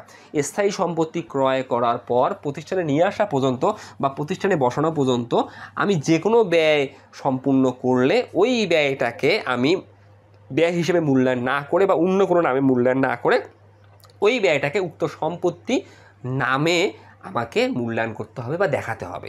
তাহলে আমরা এখানে কি করছি, আমরা সোমা ট্রেডার্স আমরা 2021 সালের 1 জানুয়ারি তারিখে ভ্যাট সহ 5,75,000 টাকায় একটা মেশিন কিনছি। তাহলে মেশিনের ক্রয় মূল্য কিন্তু তাহলে 5,75,000 টাকা ছিল না। তাহলে মেশিনের ক্রয় মূল্য ছিল একটা, আমি ওই ক্রয় মূল্যের সাথে গভর্নমেন্টকে 15% ভ্যাট দিয়ে আমি ক্রয় করছি 5,75,000 টাকায়। তাহলে ভ্যাট সহ আমার কিন্তু মূল্য 5,75,000 টাকা। তাহলে এখন আমি ভ্যাট দেই আর শুল্ক দেই যাই দেই, এটা কিন্তু আমরা এককালীন দিচ্ছি, মানে প্রতিষ্ঠান নিয়ে আসা পর্যন্ত একবার। তাহলে এটা আসলে ভ্যাটটাকে সেপারেট করা যাবে না, ভ্যাটটা যুক্তই থাকবে। তাহলে স্থায়ী সম্পত্তি ক্রয় করার পর প্রতিষ্ঠানে নিয়ে আসা পর্যন্ত বা প্রতিষ্ঠানে বসানো পর্যন্ত যে ব্যয় হোক না কেন ওই সম্পত্তি নামে আমি দেখাবো। তাহলে ভ্যাট সহ মেশিনের মূল্য 5,75,000 টাকা। আরও ব্যয় কী করছি আমরা, সংস্থাপন ব্যয় 25,000 টাকা। সেই সংস্থাপন ব্যয় 25,000 টাকাও যোগ হবে। তাহলে মেশিনের মূল্য এখন কত দাঁড়ালো, 6 লক্ষ টাকা। তাহলে আমি 6 লক্ষ টাকার মেশিন কিনছি। তাহলে ভ্যাটটা তো যুক্ত আছেই, তার সাথে সংস্থাপন ব্যয়ও যোগ করতে হবে। মূল বিষয়টা হচ্ছে এটা। আর যদি ভ্যাট যুক্ত না থাকতো, ভ্যাট বের করে বা যোগ করা লাগতো। ধরো লেখা আছে একটা মেশিন ক্রয় করছি 5 লক্ষ টাকায়, যার উপর সরকারকে 15% ভ্যাট দিতে হবে। তাহলে 5 লক্ষ টাকার 15% ভ্যাট, তখন আমার কিন্তু 75,000 টাকা বের হবে। তখন ভ্যাট সহ তখন মেশিনের মূল্য কিন্তু 5,75,000। তার মানে যদি ভ্যাটটা যুক্ত না থাকে অটোমেটিকলি ভ্যাট বের করে ক্রয় মূল্যের সাথে যোগ করে তোমাকে দেখাতে হবে। এটা নিয়ম।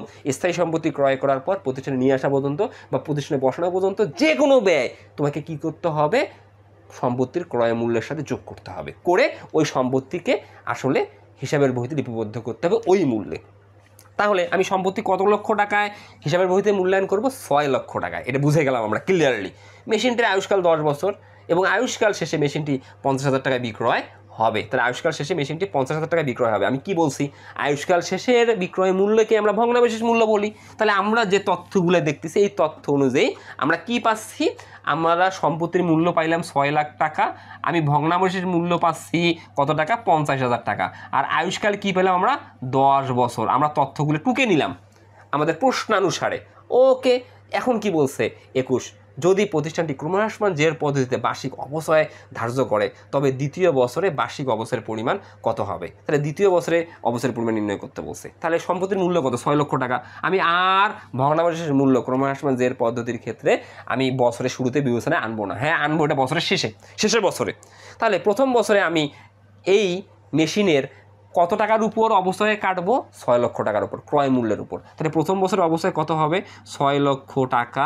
এখন একটা জিনিস, কত পার্সেন্ট হারে, হার উল্লেখ কি আছে, এটা তো হার উল্লেখ নাই। তাহলে আমি যে মেশিনটা কিনছি, আমি আয়ুষ্কাল কত বছর দেখতেছি, 10 বছর। তাহলে আমাকে কি করতে হবে, এখানে সরলরৈখিক পদ্ধতিতে হার যত তার দ্বিগুণ হচ্ছে ক্রমহ্রাসমান জের পদ্ধতির হার। তার মানে আমি এখানে ক্রমহ্রাসমান জের পদ্ধতির হারের সূত্রটা কি লিখতে পারি, আসলে 100কে আমরা আয়ুষ্কাল দ্বারা ভাগ করব, 2 দ্বারা গুণ করলে আমরা এক্স্যাক্টলি হার পাবো। এই 2 কেন, ক্রমহ্রাসমান জের পদ্ধতির জন্য। 2টা বাদ দিলে তুমি সরলরৈখিক পদ্ধতির অবসর হার পাবা। তাহলে এইখানে 100কে যদি 10 দ্বারা ভাগ করো 10কে যদি 2 দ্বারা গুণ করো অটোমেটিকলি 20%। তাহলে হার কিন্তু আমরা অটোমেটিকলি বের করতে পারলাম। তাহলে এটাও কিন্তু নৈবিত্তিকে খুব গুরুত্বপূর্ণ অ্যান্সার। তোমাকে যদি বলে আসলে সরলরৈখিক পদ্ধতিতে অবসর হার কত, তুমি 100কে আয়ুষ্কাল দ্বারা ভাগ করবা, যেমন এখানে আয়ুষ্কাল 10, এই অঙ্কের জন্য সরলরৈখিক পদ্ধতির হার 10%। সরলরৈখিক পদ্ধতির হার যত পার্সেন্ট তার দ্বিগুণ হচ্ছে ক্রমহ্রাসমান জের পদ্ধতির অবচয়ের হার। তাহলে ক্রমহ্রাসমান জের পদ্ধতির অবচয়ের হার হচ্ছে এখানে 20%। তাহলে প্রথম বছর অবচয় কত হবে, প্রথম বছর এখানে অবচয় হবে 6 লক্ষ টাকার 20%। তাহলে কত হবে, 1,20,000 টাকা। এটা প্রথম বছর গেল। তাহলে প্রথম বছর শেষে, প্রথম বছরের তথ্যটাই আগে ইম্পর্টেন্ট, প্রথম বছর শেষে পুস্তক মূল্য কত। তাহলে প্রথম বছর শেষে পুস্তক মূল্য 6 লক্ষ থেকে ওই বছরের অবচয় যদি আমি বিয়োগ করি, তাহলে প্রথম বছর শেষে আমি পুস্তক মূল্য পাবো 4,80,000 টাকা। দ্বিতীয় বছর আমি যখন অবশ্যই কাটবো এই 4,80,000 উপর অবশ্যই কাটবো। পার্থক্যটা এই জায়গায়, প্রথম বছর অবশ্যই কাটলাম 6 লাখ, দ্বিতীয় বছর অবশ্যই কাটবো 4,80,000। এই জন্য এর নাম ক্রমহ্রাসমান জের পদ্ধতি। ক্রমহ্রাসমান মানে ক্রমান্বয়ে কমতে থাকবে। তো তৃতীয় বছর আরও কম টাকার উপর কাটবো। তাহলে এখন আমি দ্বিতীয় বছরে আসি, এই 4,80,000 টাকার উপর আমি কত পার্সেন্ট কাটবো? আমি কাটবো 20%। তাহলে কত বের হবে? 96,000 টাকা। এখন আমি দ্বিতীয় বছর শেষে ইচ্ছা করলে পুস্তক মূল্য বের করে রাখতে পারবো। তাহলে 4,80,000 থেকে 96,000 টাকা বিয়োগ করি। তাহলে আমরা যদি 4,80,000 টাকা থেকে 96,000 টাকা বিয়োগ করি, তাহলে আমি দ্বিতীয় বছর শেষে পুস্তক মূল্য পাবো। তাহলে দ্বিতীয় বছর শেষে আমি পুস্তক মূল্য কত দেখতেছি? 3,84,000 টাকা। এটা দ্বিতীয় বছর শেষে, দ্বিতীয় বছর শেষে। এখন আমি যদি তৃতীয় বছরের অবস্থা বের করতে চাই, তৃতীয় বছরের, তাহলে এই 3,84,000 উপর আমি আবার 20% কাটবো। এইভাবে আমাদের আসলে কন্টিনিউয়াসলি চলতেই থাকবে 10 বছর পর্যন্ত। এটাই হচ্ছে ক্রমহ্রাসমান জের পদ্ধতির সিস্টেম। তাহলে আমাকে 21-এ কী বলছে? দ্বিতীয় বছর শেষে আসলে বার্ষিক অবস্থা নির্ণয় করতে বলছে। তো দ্বিতীয় বছর শেষে বার্ষিক অবস্থায় কত টাকা? এই যে দ্বিতীয় বছর, এই যে দ্বিতীয় বছর 96,000 টাকা। তাহলে আমাদের 96,000 টাকা কারেক্ট অ্যান্সার। তাহলে 96,000 টাকা কোথায় আছে? ক্ষয়ে আছে। ওকে, এবার আসবো আমরা 22-এ। সরলরৈখিক পদ্ধতিতে বার্ষিক অবস্থার পরিমাণ কত? সরলরৈখিক পদ্ধতিতে আমরা তথ্যগুলো তো শুরুতে লিখে রাখছিলাম, যেখানে সম্পত্তির মূল্য কত? 6 লক্ষ টাকা। ভগ্নাবশেষের মূল্য কত? 50,000 টাকা। তাহলে অবস্থাযোগ্য মূল্য কত? তাহলে 6 লক্ষ টাকা থেকে আমি যদি 50,000 টাকা বিয়োগ করি, তাহলে আমি আসলে অবস্থাযোগ্য মূল্য পাবো। তাহলে অবস্থাযোগ্য মূল্য 5,50,000 টাকা। এই 5,50,000কে যদি আয়ুষ্কাল দ্বারা ভাগ করি, তাহলে তো আমি সরলরৈখিক পদ্ধতিতে অবশ্যই পাবো 55,000 টাকা। একদম সিম্পল বিষয়। তাহলে আমি সরলরৈখিক পদ্ধতিতে যখন অবশ্যই কাটবো বা নির্ণয় করব, আমরা তখন কি করব? অবচয়যোগ্য মূল্যকে আয়ুষ্কাল দ্বারা ভাগ করব। অবচয়যোগ্য মূল্য মানে কি? সম্পত্তির মূল্য থেকে ভগ্নাবশেষ মূল্য বিয়োগ করে যে টাকাটা পাবো, এই যে টাকাটা, এটাকে আমরা বলি অবচয়যোগ্য মূল্য। অবচয়যোগ্য মূল্যকে আয়ুষ্কাল দ্বারা ভাগ করলে আমরা পাবো বার্ষিক অবচয়। তাহলে সরলরৈখিক পদ্ধতিতে বার্ষিক অবচয়ের পরিমাণ হবে 55,000 টাকা। গ আছে কারেক্ট অ্যান্সার। ওকে, এবার 23 আসো। জনাব আকিব 2021 সালের শুরুতে 1 লক্ষ টাকায় একটি মেশিন ক্রয় করে। 2021 সালের শুরুতে মেশিনটির আয়ুষ্কাল ধরা হয় 5 বছর, সরলরৈখিক পদ্ধতিতে অবস্থা ধার্য করা হয়। 2023 সালের শেষে মেশিনটি 50,000 টাকায় বিক্রয় করা হলে কত টাকা মুনাফা বা ক্ষতি হয়? এই অঙ্কটা বারবার, এই ধরনের অঙ্ক আমরা বারবার করতেছি। তারপরে আমাদের কনসেপ্ট এমনি ক্লিয়ার হয়ে যাবে, এমনিতেই ক্লিয়ার হয়ে যাবে। তাহলে এখানে কী করছে? 2021 সালের শুরুতে আমি ক্রয় করছি। 2021 সালের শুরুতে, 2021 সালের শুরুতে কত টাকায় কিনছি? আমি 1 লক্ষ টাকায় কিনছি। ভালো কথা, 1 লক্ষ টাকায় কিনে আমরা তারপরে কি দেখতেছি? মেশিনটা আয়ুষ্কাল 5 বছর, এবং 5 বছর পরে কিন্তু এখানে আমাদের কোনো ভগ্নাবশেষ মূল্য নাই, ভগ্নাবশেষ মূল্য নাই। তাহলে আমি 21 সালে ক্রয় করছি, তাহলে 21 সাল ব্যবহার করছি, তারপরে ব্যবহার করছি কত সাল? 22 সাল ব্যবহার করছি, 23 সালের শেষে বিক্রি করছি। তাহলে 21 সাল ব্যবহার করছি, 22 সাল ব্যবহার করছি, আমি 23 সাল ব্যবহার করছি। আর মেশিনটা কিনছি কিন্তু 5 লক্ষ টাকায়। আর এই 5 লক্ষ টাকায় কিনে আমরা বিক্রি করছি কত টাকায়? 2023 সালের শেষে মেশিনটি 50,000 টাকায় বিক্রয় করা হলে, তার মানে ভালো করে বোঝো, আমি 3 বছর ব্যবহার করছি, এখনও কিন্তু আমার আয়ুষ্কাল 24 সাল আছে, 25 সাল আছে। এই 2 বছর কিন্তু আমি আর ব্যবহার করব না। আমি যার কাছে বিক্রি করব সে এই অবশিষ্ট 2 বছর ব্যবহার করবে। মূল বিষয়টা হচ্ছে এটা। তারপরে আমি ব্যবহার করতেছি আয়ুষ্কালের 3 বছর। আমি সম্পত্তিটা কিনছি কত টাকায়? 5 লক্ষ টাকায়। কিনে 3 বছরে ব্যবহার করে আমি বিক্রি করতেছি কত টাকায়? 50,000 টাকায়। আর আমি যদি এইটার সাথে এটা তুলনা করি, তাহলে আমাদের টাইমগুলো মানি অনুযায়ী আমার তো সময়টাকে বিবেচনা করা হলো না। আমাকে এখানে সময়টাকে বিবেচনা করতে হবে। আমি কয় বছর ব্যবহার করছি? 3 বছর ব্যবহার করছি। 3 বছর ব্যবহার করার ফলে আমার এই 5 লাখ টাকা থেকে 3 বছরের আসল কমে গেছে।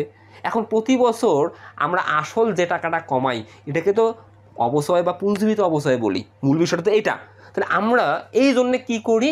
আমি যখন কোনো স্থায়ী সম্পত্তি বিক্রয় করি, আমরা এই বিক্রয় মূল্যের সাথে আমরা পুস্তক মূল্য বিবেচনা করি।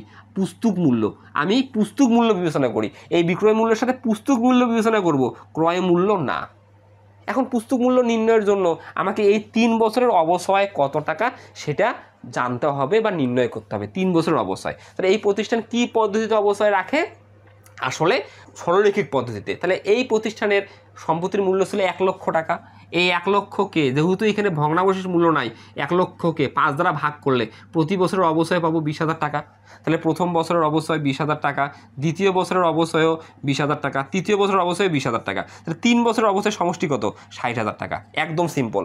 তাহলে এই 3 বছরের অবচয় সমষ্টিকে আমরা পুঞ্জীবিত অবস্থায় বলতেছি। তাহলে আমরা সম্পত্তির ক্রয় মূল্য 1 লক্ষ টাকা থেকে যদি পুঞ্জীবিত অবস্থায় 60,000 টাকা বিয়োগ করি, তাহলে আমরা 3 বছর শেষে সম্পত্তির পুস্তক মূল্য বা অবশিষ্ট এই 2 বছরের জন্য ক্রয় মূল্য বা আসল মূল্য পাবো। তার মানে আমার কাছে অবশিষ্ট 2 বছরের জন্য 40,000 টাকা সম্পত্তি আছে। অ্যান্ড এই 40,000 টাকা সম্পত্তি এই 2 বছর আমি আর ব্যবহার করব না করে অন্য একজনকে বিক্রি করে দিচ্ছি। তার মানে আমি কিন্তু আর 1 লক্ষ টাকা সম্পত্তি বিক্রি করতেছি না। আমার কাছে এখন 40,000 টাকা সম্পত্তি আছে। এই 40,000 টাকা সম্পত্তি আমরা বিক্রি করতেছি 50,000 টাকায়। মূল কনসেপ্ট হচ্ছে এটাই হচ্ছে আসলে লাভ ক্ষতি নির্ণয়ের গোপন রহস্য। তাহলে লাভ ক্ষতি নির্ণয়ের জন্য আমাকে কী করতে হবে? আসলে বিক্রয় মূল্যের সাথে এই পুস্তক মূল্য বিবেচনায় আনতে হবে। কেন? কারণ টাইম ভ্যালু অফ মানির কনসেপ্ট অনুযায়ী, অর্থাৎ আমাকে এখানে সময়টাকে বিবেচনায় আনতে হবে। যেহেতু আমি 3 বছর ব্যবহার করছি, তাহলে ওই সম্পত্তির আমি আসল 3 বছর ক্ষয় করে ফেলছি। মূল বিষয়টা হচ্ছে এটা। তাহলে আমি 40,000 টাকা সম্পত্তি কত টাকায় বিক্রি করছি? 50,000 টাকা। তাহলে আমার আছে 40,000 টাকা সম্পত্তি, বিক্রি করছি 50,000 টাকায়। আমার লাভ হয়েছে কত টাকা? 10,000 টাকা। তাহলে আমরা মুনাফা পাবো 10,000 টাকা। এবার আছে 24 জোবায়ের ট্রেডার্সের মেশিনের আয়ুষ্কাল 10 বছর।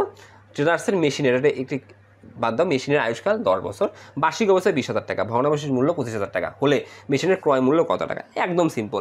এখানে জোবায়ের ট্রেডার্সের মেশিনের আয়ুষ্কাল 10 বছর, বার্ষিক অবস্থায় 20,000 টাকা, ভগ্নাবশেষ মূল্য 25,000 টাকা, মেশিনের ক্রয় মূল্য কত টাকা ছিল? তার মানে যেহেতু এটা আয়ুষ্কাল আছে, আর কোনো তথ্য দেওয়া নেই, তার মানে অবশ্যই তারা সরলরৈখিক পদ্ধতিতে অবস্থায় কাটে। সরলরৈখিক পদ্ধতিতে অবস্থায় কাটার সিস্টেমটা কি? প্রথমে আমরা দেখো সিস্টেমটাকে বুঝাই আমি। প্রথমে আমরা কি করি? কল্পনা করো একটা সম্পত্তির ক্রয় মূল্য 2 লক্ষ টাকা। প্রথমে আমরা 2 লক্ষ টাকা থেকে ধরো আয়ুষ্কাল 10 বছর, 10 বছর পর ওই সম্পত্তির অকেজ যখন হবে, আমি ওই অকেজ সম্পত্তি 20,000 টাকায় বিক্রি করব। সরলরৈখিক পদ্ধতিতে অবস্থায় নির্ণয়ের জন্য আমরা কি করি? আমরা ক্রয় মূল্য থেকে আগে সেই ভগ্নাবশেষ মূল্য বিয়োগ করি। তাহলে আমরা কি পাই? আমরা পাই অবচয়যোগ্য মূল্য। এই অবচয়যোগ্য মূল্যকে আমরা আয়ুষ্কাল দ্বারা ভাগ করি। ভাগ করলে বার্ষিক অবচয় পাই। তাহলে বার্ষিক অবচয় এই তথ্য অনুযায়ী, কাল্পনিক তথ্য অনুযায়ী আমার 18,000 টাকা। ধরে নাও যে আমি একটা সম্পত্তি কিনছি 2 লক্ষ টাকায়, এটা আয়ুষ্কাল 10 বছর। 10 বছর পর যখন ওই সম্পত্তির অকেজও হয়ে যাবে, আমি 20,000 টাকায় বিক্রি করতে পারবো, যেটাকে আমরা বলতেছি ভগ্নাবশেষ মূল্য। এখন আমি ক্রয় মূল্য থেকে ভগ্নাবশেষ মূল্য বিয়োগ করলে আমি যেটা পাবো, এটাকে আমরা বলি অবচয়যোগ্য মূল্য। অবচয়যোগ্য মূল্যকে আমি যদি আয়ুষ্কাল দ্বারা ভাগ করি, আমি পাবো বার্ষিক অবচয়। এখন আমি যেভাবে করছি, এখন আমি যদি ব্যাক ক্যালকুলেশন করি, তাহলে আমি এই জায়গায় আবার পৌঁছাতে পারবো। ব্যাক ক্যালকুলেশন মানে আমি নর্মালি কী করি? এইখান থেকে বিয়োগ করে এইখানে আসি, সেইখান থেকে ভাগ করে এইখানে আসি। তাহলে আমি এইখান থেকে এইখানে যাব, এইখান থেকে এইখানে আসবো। তাহলে আমি 18,000 টাকা পাইছি কীভাবে? আমি 18,000 টাকা ভাগ করে। তাহলে আমি এবার কী করবো? Back calculation. তাহলে 18,000কে আমি ভাগ করছি, সর্বশেষ ভাগ করছি, এখন গুণ করব। তাহলে 18,000কে যদি গুণ করি, আমি পাবো 1,80,000 টাকার। সিস্টেমটা ভালো করে বুঝো। আর এই 1,80,000 যে পাইছি, আমি আবার কি করছি? বিয়োগ করছি। এখন আমি যোগ করব কত টাকা? 20,000 টাকা আয়ুষ্কাল। তাহলে আমি এখন ক্রয় মূল্য পাবো 2 লক্ষ টাকা। তাহলে আমি ব্যাক ক্যালকুলেশন করলাম। সর্বশেষ যেটা ভাগ করছিলাম সেটা গুণ করব, তার পূর্বে যেটা বিয়োগ করছিলাম সেটা যোগ করব। তাহলে আমি এই জায়গায় আসতে পারবো। তার মানে উল্টো পথে যেতে হবে, মূল কথাটা এটা। তার মানে আমরা এখান থেকে বলতে পারি আমাদের বার্ষিক অবস্থায় কত টাকা? 20,000 টাকা। তাহলে বার্ষিক অবস্থায় 20,000 টাকা আমরা কীভাবে বের করছি? 10 দ্বারা ভাগ করে, 10 দ্বারা ভাগ করে। তাহলে এখন তুমি ব্যাক ক্যালকুলেশন করো। তুমি 20,000কে তুমি 10 দ্বারা গুণ করে দাও। তুমি 20,000কে যদি 10 দ্বারা গুণ করো, তাহলে তুমি পাবা কত? তুমি পাবা হচ্ছে 2 লক্ষ টাকা। এটা কি? অপচয়যোগ্য মূল্য। অপচয়যোগ্য মূল্য। অপচয়যোগ্য মূল্যকে সাথে বা মূল্যকে 20,000 দ্বারা যোগ করো, ভগ্নাবশেষ মূল্য 25,000 টাকা দ্বারা যোগ করো, তাহলে তুমি পাবা 2,25,000 টাকা। একদম শুরুর ক্রয় মূল্য। তুমি এই 2,25,000 টাকা থেকে ভগ্নাবশেষ মূল্য 25,000 টাকা বিয়োগ করছো, দেন তুমি আয়ুষ্কাল দ্বারা ভাগ করছো। তাহলে 2,25,000 থেকে 25,000 বিয়োগ করলে 2 লাখ, 2 লাখকে 10 দ্বারা ভাগ করে তুমি এক্স্যাক্টলি পাইছো 20,000 টাকা। এইভাবেই তুমি আসলে বার্ষিক অবচয় বের করছো। তাহলে তুমি বার্ষিক অবচয় থেকে কিভাবে ক্রয় মূল্যে রিটার্ন যাবা? তুমি শেষে ভাগ করছো, ভাগটাকে গুণন করবা, তার পূর্বে কি করছিলে? বিয়োগ করছিলে, যোগ করবা, তাহলে তুমি ক্রয় মূল্য পাবা। তাহলে ক্রয় মূল্য তোমার সঠিক অ্যান্সার কত? আসলে 2,25,000। এখন 25 আসো। স্থায়ী সম্পত্তির পুস্তক মূল্য নির্ণয়ের ক্ষেত্রে কোন সমীকরণটি সঠিক? একদম সহজ। পুস্তক মূল্য মানে কি? ক্রয় মূল্য মাইনাস পুঞ্জীবিত অবস্থায়। তাহলে পুস্তক মূল্য সমান ক্রয় মূল্য মাইনাস পুঞ্জীবিত অবস্থায়। আরেকটা উদ্দীপক দেখতেছি আমরা। নিচের উদ্দীপকটি পড়ে 26 ও 27 নং প্রশ্নের উত্তর দাও। তাহলে উদ্দীপক কী বলা আছে? অরণ্য লিমিটেড 2020 সালের 1 জানুয়ারি 2 লক্ষ টাকায় একটি যন্ত্র ক্রয় করে। কবে? 2020 সালে। কোম্পানি প্রতি বছর ক্রমহ্রাসমান জের পদ্ধতিতে 20% অবস্থা ধার্য করে। 2022 সালের 31 ডিসেম্বর যন্ত্রটি অকেজ হয় 1 লক্ষ টাকায় বিক্রয় করে। তাহলে একদম সহজ কথা। এখন প্রথমে কি বলতে? 26-এ 31 ডিসেম্বর 2021-এ আর্থিক অবস্থার বিবরণীতে যন্ত্রপাতি বাবদ কত টাকা দেখাতে হবে। কবে? 2021 সালে। কিন্তু যন্ত্রপাতি ক্রয় করছে কবে? 2020 সালে। একদম সহজ বিষয়। তাহলে আমরা প্রথমে 2020 সালে একটা বাইর করি। আমরা 2020 সালে, তারপরে 2021 সালে। 2020 সালে আমি যখন আর্থিক অবস্থার বিবরণী করছি, 2020 সালে আমরা কি করছি? 2020 সালে আমরা যন্ত্রের ক্রয় মূল্য লিখছি 2 লক্ষ টাকা। এটা 2020 সালে। এই 2 লক্ষ টাকার উপর আমরা অবচয় কাটছি, মাইনাস অবচয়। আমরা অবচয় কাটছি কত টাকা? 2 লক্ষ টাকার 20%। তাহলে 2 লক্ষ টাকার আমরা যদি 20% অবচয় কাটি, 2 লক্ষ টাকার 20% আমরা অবচয় কাটছি 40,000 টাকা। তাহলে আমি 2020 সালে দেখাইছি কত? 1,60,000 টাকা। এটা 2020 সালে। এবার 2021 সালে আসবো। 2021 সালে আবার আমাদের ক্রয় মূল্য কত? 2 লক্ষ টাকা। আমাদের আগের পুঞ্জীবিত অবস্থায় কত? আমাদের আগের পুঞ্জীবিত অবস্থায় 40,000 টাকা। এই 40,000 টাকার সাথে যেহেতু এটা ক্রমহ্রাসমান জের পদ্ধতি, তাহলে দ্বিতীয় বছর আমি 1,60,000 টাকার উপর অবস্থা কাটবো। তাহলে এই 1,60,000-এর উপর 20%, তারপরে 32,000 টাকা। তাহলে এই 72,000 টাকা বিয়োগ করব। 72,000 টাকা বিয়োগ করলে আমরা পাবো 2021 সালে আমরা আর্থিক অবস্থার বিবরণীতে যন্ত্রপাতি কত টাকায় দেখাবো। তাহলে আমি দেখাইছি কত টাকায়? 1,28,000 টাকায়। 1,28,000 টাকায়। তাহলে ভালো করে বুঝো। যদি এটা বুঝতে সমস্যা হয় তাহলে আবারও দেখো। তুমি কি করছো? তুমি প্রথম বছর আগে দেখো। প্রথম বছর তুমি যেহেতু ক্রমহ্রাসমান জের পদ্ধতি অবস্থায় কাটো, প্রথম বছর অবস্থায় কাটছো কত? প্রথম বছর তুমি 2 লক্ষ টাকার উপর 20% অবস্থায় কাটছো। 20%, তাহলে কত টাকা কাটছো? 40,000 টাকা। এটা কিন্তু প্রথম বছরের অবস্থায়। তাহলে প্রথম বছর শেষে তুমি আর্থিক অবস্থার বিবরণীতে সম্পত্তি তো পুস্তক মূল্যে দেখাবা। তাহলে প্রথম বছর শেষে পুস্তক মূল্য কত? 2 লক্ষ টাকা থেকে ওই 40,000 টাকা বিয়োগ করে তুমি দেখাইছো আসলে 1,60,000 টাকা। এটা কিন্তু প্রথম বছর শেষে। এবার দ্বিতীয় বছর আসবো। দ্বিতীয় বছর আমি আবার অবস্থায় কাটবো এই 1,60,000-এর উপর। 1,60,000-এর উপর 1,60,000-এর 20% আমি পাবো হচ্ছে 32,000 টাকা। তাহলে দেখো তো, তুমি প্রথম বছর অবস্থায় পাইলে কত? 40,000। দ্বিতীয় বছর অবস্থায় পাইলে কত? 32,000। তাহলে তুমি দ্বিতীয় বছর শেষে পুস্তক মূল্য তো দেখাবা, তোমার ক্রয় মূল্য কত? 2 লক্ষ টাকা। তুমি যখন আর্থিক অবস্থার বিবরণী করবা, তুমি লিখবা যন্ত্রপাতি 2 লক্ষ টাকা, মাইনাস লিখবা পুঞ্জীবিত অবস্থায় প্রথম বছরের অবস্থায় 40,000 টাকা, দ্বিতীয় বছরের অবস্থায় 32,000 টাকা। তাহলে যোগ করে কত পাবা? 72,000 টাকা। এই 72,000 টাকা বিয়োগ করলে তুমি 2 লক্ষ থেকে পুঞ্জীবিত অবস্থায় 2 বছরে 72,000 টাকা বিয়োগ করলে, তাহলে দ্বিতীয় বছর শেষে আর্থিক অবস্থার বিবরণীতে তুমি 1,28,000 টাকা দেখাবা। এটাকেই আমরা বলতেছি পুস্তক মূল্য।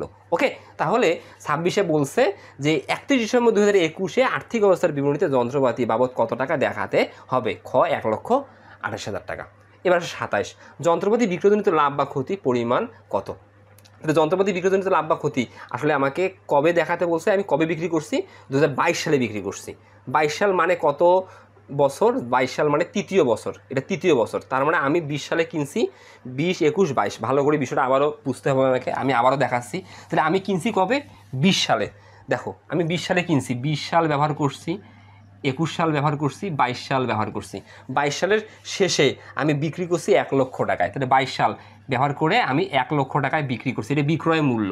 ওকে, এখন আমাকে প্রথমে বিক্রয় মূল্য যে 1 লক্ষ টাকা আছে, লাভ বা ক্ষতি নির্ণয়ের জন্য আমাকে তো 22 সাল শেষে পুস্তক মূল্য বের করতে হবে। তাহলে আগে আমি 20 সালের পুস্তক মূল্য বের করি একটা একটা করে। 20 সালের পুস্তক মূল্য সেম সিস্টেম, ওই যে 2 লক্ষ টাকা।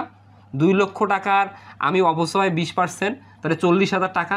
তাহলে 2020 সালের পুস্তক মূল্য কত? তাহলে 2 লক্ষ থেকে এই 40,000 টাকা বিয়োগ করলে আমি পাবো 1,60,000 টাকা। এটা কিন্তু 20 সাল। এবার 21 সাল আসো। 21 সালে তুমি আবার কি করবে? এই 1,60,000-এর উপর অবস্থায় কাটছো। 1,60,000-এর তুমি 20% কাটছো, তাহলে কত পাইছো? 32,000 টাকা। তাহলে 21 সালে তুমি পুস্তক মূল্য কত পাইছো? 1,60,000 থেকে ওই 32,000 টাকা বিয়োগ করছো, তুমি পাইছো কি? 1,28,000 টাকা। এবার আসো 2022 সালে। 2022 সালে কী করছো? এই 1,28,000 টাকার উপর তুমি 20% অবস্থায় কাটছো। তাহলে 1,28,000-এর 20% যদি কাটি, আমি 1,28,000 20%, তাহলে আমি পাচ্ছি 25,600 টাকা। তাহলে 25,600 টাকা। তাহলে আমি 2022 সালে পুস্তক মূল্য কত পাবো? এই 1,28,000 টাকা মাইনাস 25,600 টাকা। তাহলে আমি যদি 1,28,000 টাকা থেকে 25,600 বিয়োগ করি, তাহলে আমি 1,02,400 টাকা। এক্স্যাক্টলি এইটাই হচ্ছে আমাদের আসলে 2020 সালের শেষের পুস্তক মূল্য। তার মানে আমরা 1,02,400 টাকার সম্পত্তি, যন্ত্রপাতি বা যন্ত্র, এই যন্ত্রটা বিক্রি করছি এত টাকায়। তাহলে কী বুঝতেছো, তোমার যন্ত্র আছে 1,02,400 টাকার, তুমি বিক্রি করছো কম মূল্যে, তোমার ক্ষতি হবে না? তাহলে ক্ষতি কত টাকা? 2,400 টাকা। ক্ষতি হবে 27,2,400 টাকা। এই যে ক্ষতি, 2,400 টাকা। এবার 28 আসো, কোন পদ্ধতিতে সম্পদের ভগ্নাবশেষ মূল্য আয়ুষ্কালের শেষ বছরে বিবেচনা করা হয়? আমি তো শুরুতেই বলছি, আমরা ক্রমহ্রাসমান জের পদ্ধতি ব্যতীত অন্য সকল পদ্ধতির জন্য আমরা অবচয় ধরব বা নির্ণয় করব অবচয়যোগ্য মূল্য থেকে। তাহলে প্রথম বছরেই কিন্তু ভগ্নাবশেষ মূল্য বিবেচনা করতেছি, কারণ অপচয়যোগ্য মূল্য মানে কি, সম্পত্তির মূল্য থেকে ভগ্নাবশেষ মূল্য বিয়োগ করলে তো অপচয়যোগ্য মূল্য পাই। একমাত্র ক্রমহ্রাসমান জের পদ্ধতিতে প্রথম বছর আমরা অপচয় কাটি ক্রয় মূল্যের উপর, পরবর্তী বছরগুলোর জন্য অপচয় কাটি পুস্তক মূল্যের উপর, এবং শেষের বছরের জন্য আমি অবচয় কাটি না। শেষের বছরে কি করি, পুস্তক মূল্য থেকে ভগ্নাবশেষ মূল্য বিয়োগ করে শেষের বছর অবচয় পাই। মূল কথা আছে এটা। তাহলে কোন পদ্ধতিতে সম্পদের ভগ্নাবশেষ মূল্য আয়ুষ্কালের শেষ বছরে বিবেচনা করা হয়? ক্রমহ্রাসমান জের পদ্ধতিতে। শুধুমাত্র একটা পদ্ধতি, সেটা ক্রমহ্রাসমান জের পদ্ধতি। এবার 29 আসো, নিচের কোনটি প্লান্ট সম্পত্তি? প্লান্ট আছে আসলে ইংরেজি শব্দ। আমরা আধুনিক হিসাব বিজ্ঞানে বা আধুনিক ব্যবসায় জগতে আমরা প্লান সম্পত্তি বলতে আমরা 4টা সম্পত্তিকে বুঝি। 1, জমি, জমির উপরে দালান, দালানের ভিতরে সরঞ্জাম এবং আসবাবপত্র। এই 4টাকে আমরা একত্রে প্লান সম্পত্তি বলি। আবারও শুনে রাখো, জমি, জমির উপরে দালান কোঠা, দালান কোঠার ভিতরে অফিস সরঞ্জাম এবং আসবাবপত্র, এই 4টা সম্পত্তিকে আমরা একসাথে আসলে প্লান্ট সম্পত্তি বা প্লান্ট অ্যাসেট বলি। নিচের কোনটি প্লান্ট সম্পত্তি? তাহলে এটা সরঞ্জাম, মজুদ পণ্য চলতি সম্পদ, প্রাপ্য হিসাব চলতি সম্পদ, অগ্রিম ভাড়া চলতি সম্পদ। সরঞ্জাম হচ্ছে প্লান্ট সম্পত্তি। তাহলে প্লান্ট সম্পত্তির বেসিকটা তোমাকে বুঝে দিলাম। ভূমি প্লান্ট সম্পত্তি, দালান কোঠা প্লান্ট সম্পত্তি, হ্যাঁ, আসবাবপত্র প্লান্ট সম্পত্তি, অফিস সরঞ্জাম প্লান্ট সম্পত্তি। তাহলে খ হচ্ছে আমাদের সঠিক অ্যান্সার। এখন 30 আসো, 30-এ কী বলছে, একটি যন্ত্র 2020 সালের 1 জানুয়ারি তারিখে 1 লক্ষ টাকায় ক্রয় করা হয়। যন্ত্রপাতির আয়ুষ্কাল 5 বছর এবং আয়ুষ্কাল শেষে ভগ্নাবশেষ মূল্য 20,000 টাকা। তাহলে আমরা এখান থেকে কি পাচ্ছি, যে এই সম্পত্তির অবচয়যোগ্য মূল্য কত? তাহলে অবচয়যোগ্য মূল্য পাচ্ছি, আমাদের সম্পত্তির ক্রয় মূল্য 1 লক্ষ টাকা, আয়ুষ্কাল 5 বছর, 5 বছর শেষে বিক্রয় মূল্য 20,000 টাকা। তাহলে এই সম্পত্তির কিন্তু ভগ্নাবশেষ মূল্য 80,000 টাকা। তাহলে এই ভগ্নাবশেষ অবচয়যোগ্য মূল্য, ভগ্নাবশেষ অবচয়যোগ্য মূল্য 80,000 টাকা। এই 80,000 টাকা মানে কি, 5 বছরের মোট অবচয়, এটা মোট অবচয়, 5 বছরের মোট অবচয়, এটা অবচয়যোগ্য মূল্য। তাহলে ক্রয় মূল্য থেকে ভগ্নাবশেষ মূল্য বিয়োগ করে আমরা অবচয়যোগ্য মূল্য পাই। ওকে, তারপরে কি বলছে, বর্ষ সংখ্যা পদ্ধতিতে 2022 সালের অবচয়ের পরিমাণ নির্ণয় করো। বর্ষ সংখ্যা পদ্ধতিতে অবচয় বের করতে বলছে 2022 সালের। 22 সাল মানে কি, তৃতীয় বছর, কারণ 20 সাল কিনছি, 20 সাল, 21 সাল, 22 সাল। তাহলে 22 সাল মানে কি, তৃতীয় বছর, আর কোনো কিছু নেই, তৃতীয় বছর, তৃতীয় বছর। এখন কি পদ্ধতিতে আমাকে অবচয় নির্ণয় করতে বলছে? বর্ষ সংখ্যা পদ্ধতিতে। বর্ষ সংখ্যা পদ্ধতিতে অবচয় নির্ণয়ের জন্য আগে তোমাকে বর্ষ সংখ্যার সমষ্টি লাগবে। এই বর্ষ সংখ্যার সমষ্টি বের করবে আয়ুষ্কাল থেকে। তার মানে আয়ুষ্কাল তোমার লাগবেই বর্ষ সংখ্যা পদ্ধতিতে। তুমি যে মেশিনটা 2020 সালের 1 জানুয়ারি কিনছো, তার আয়ুষ্কাল কয় বছর? 5 বছর। প্রথমে তোমাকে বর্ষ সংখ্যা সমষ্টি লাগবে। বর্ষ সংখ্যা সমষ্টি বের করবে কীভাবে?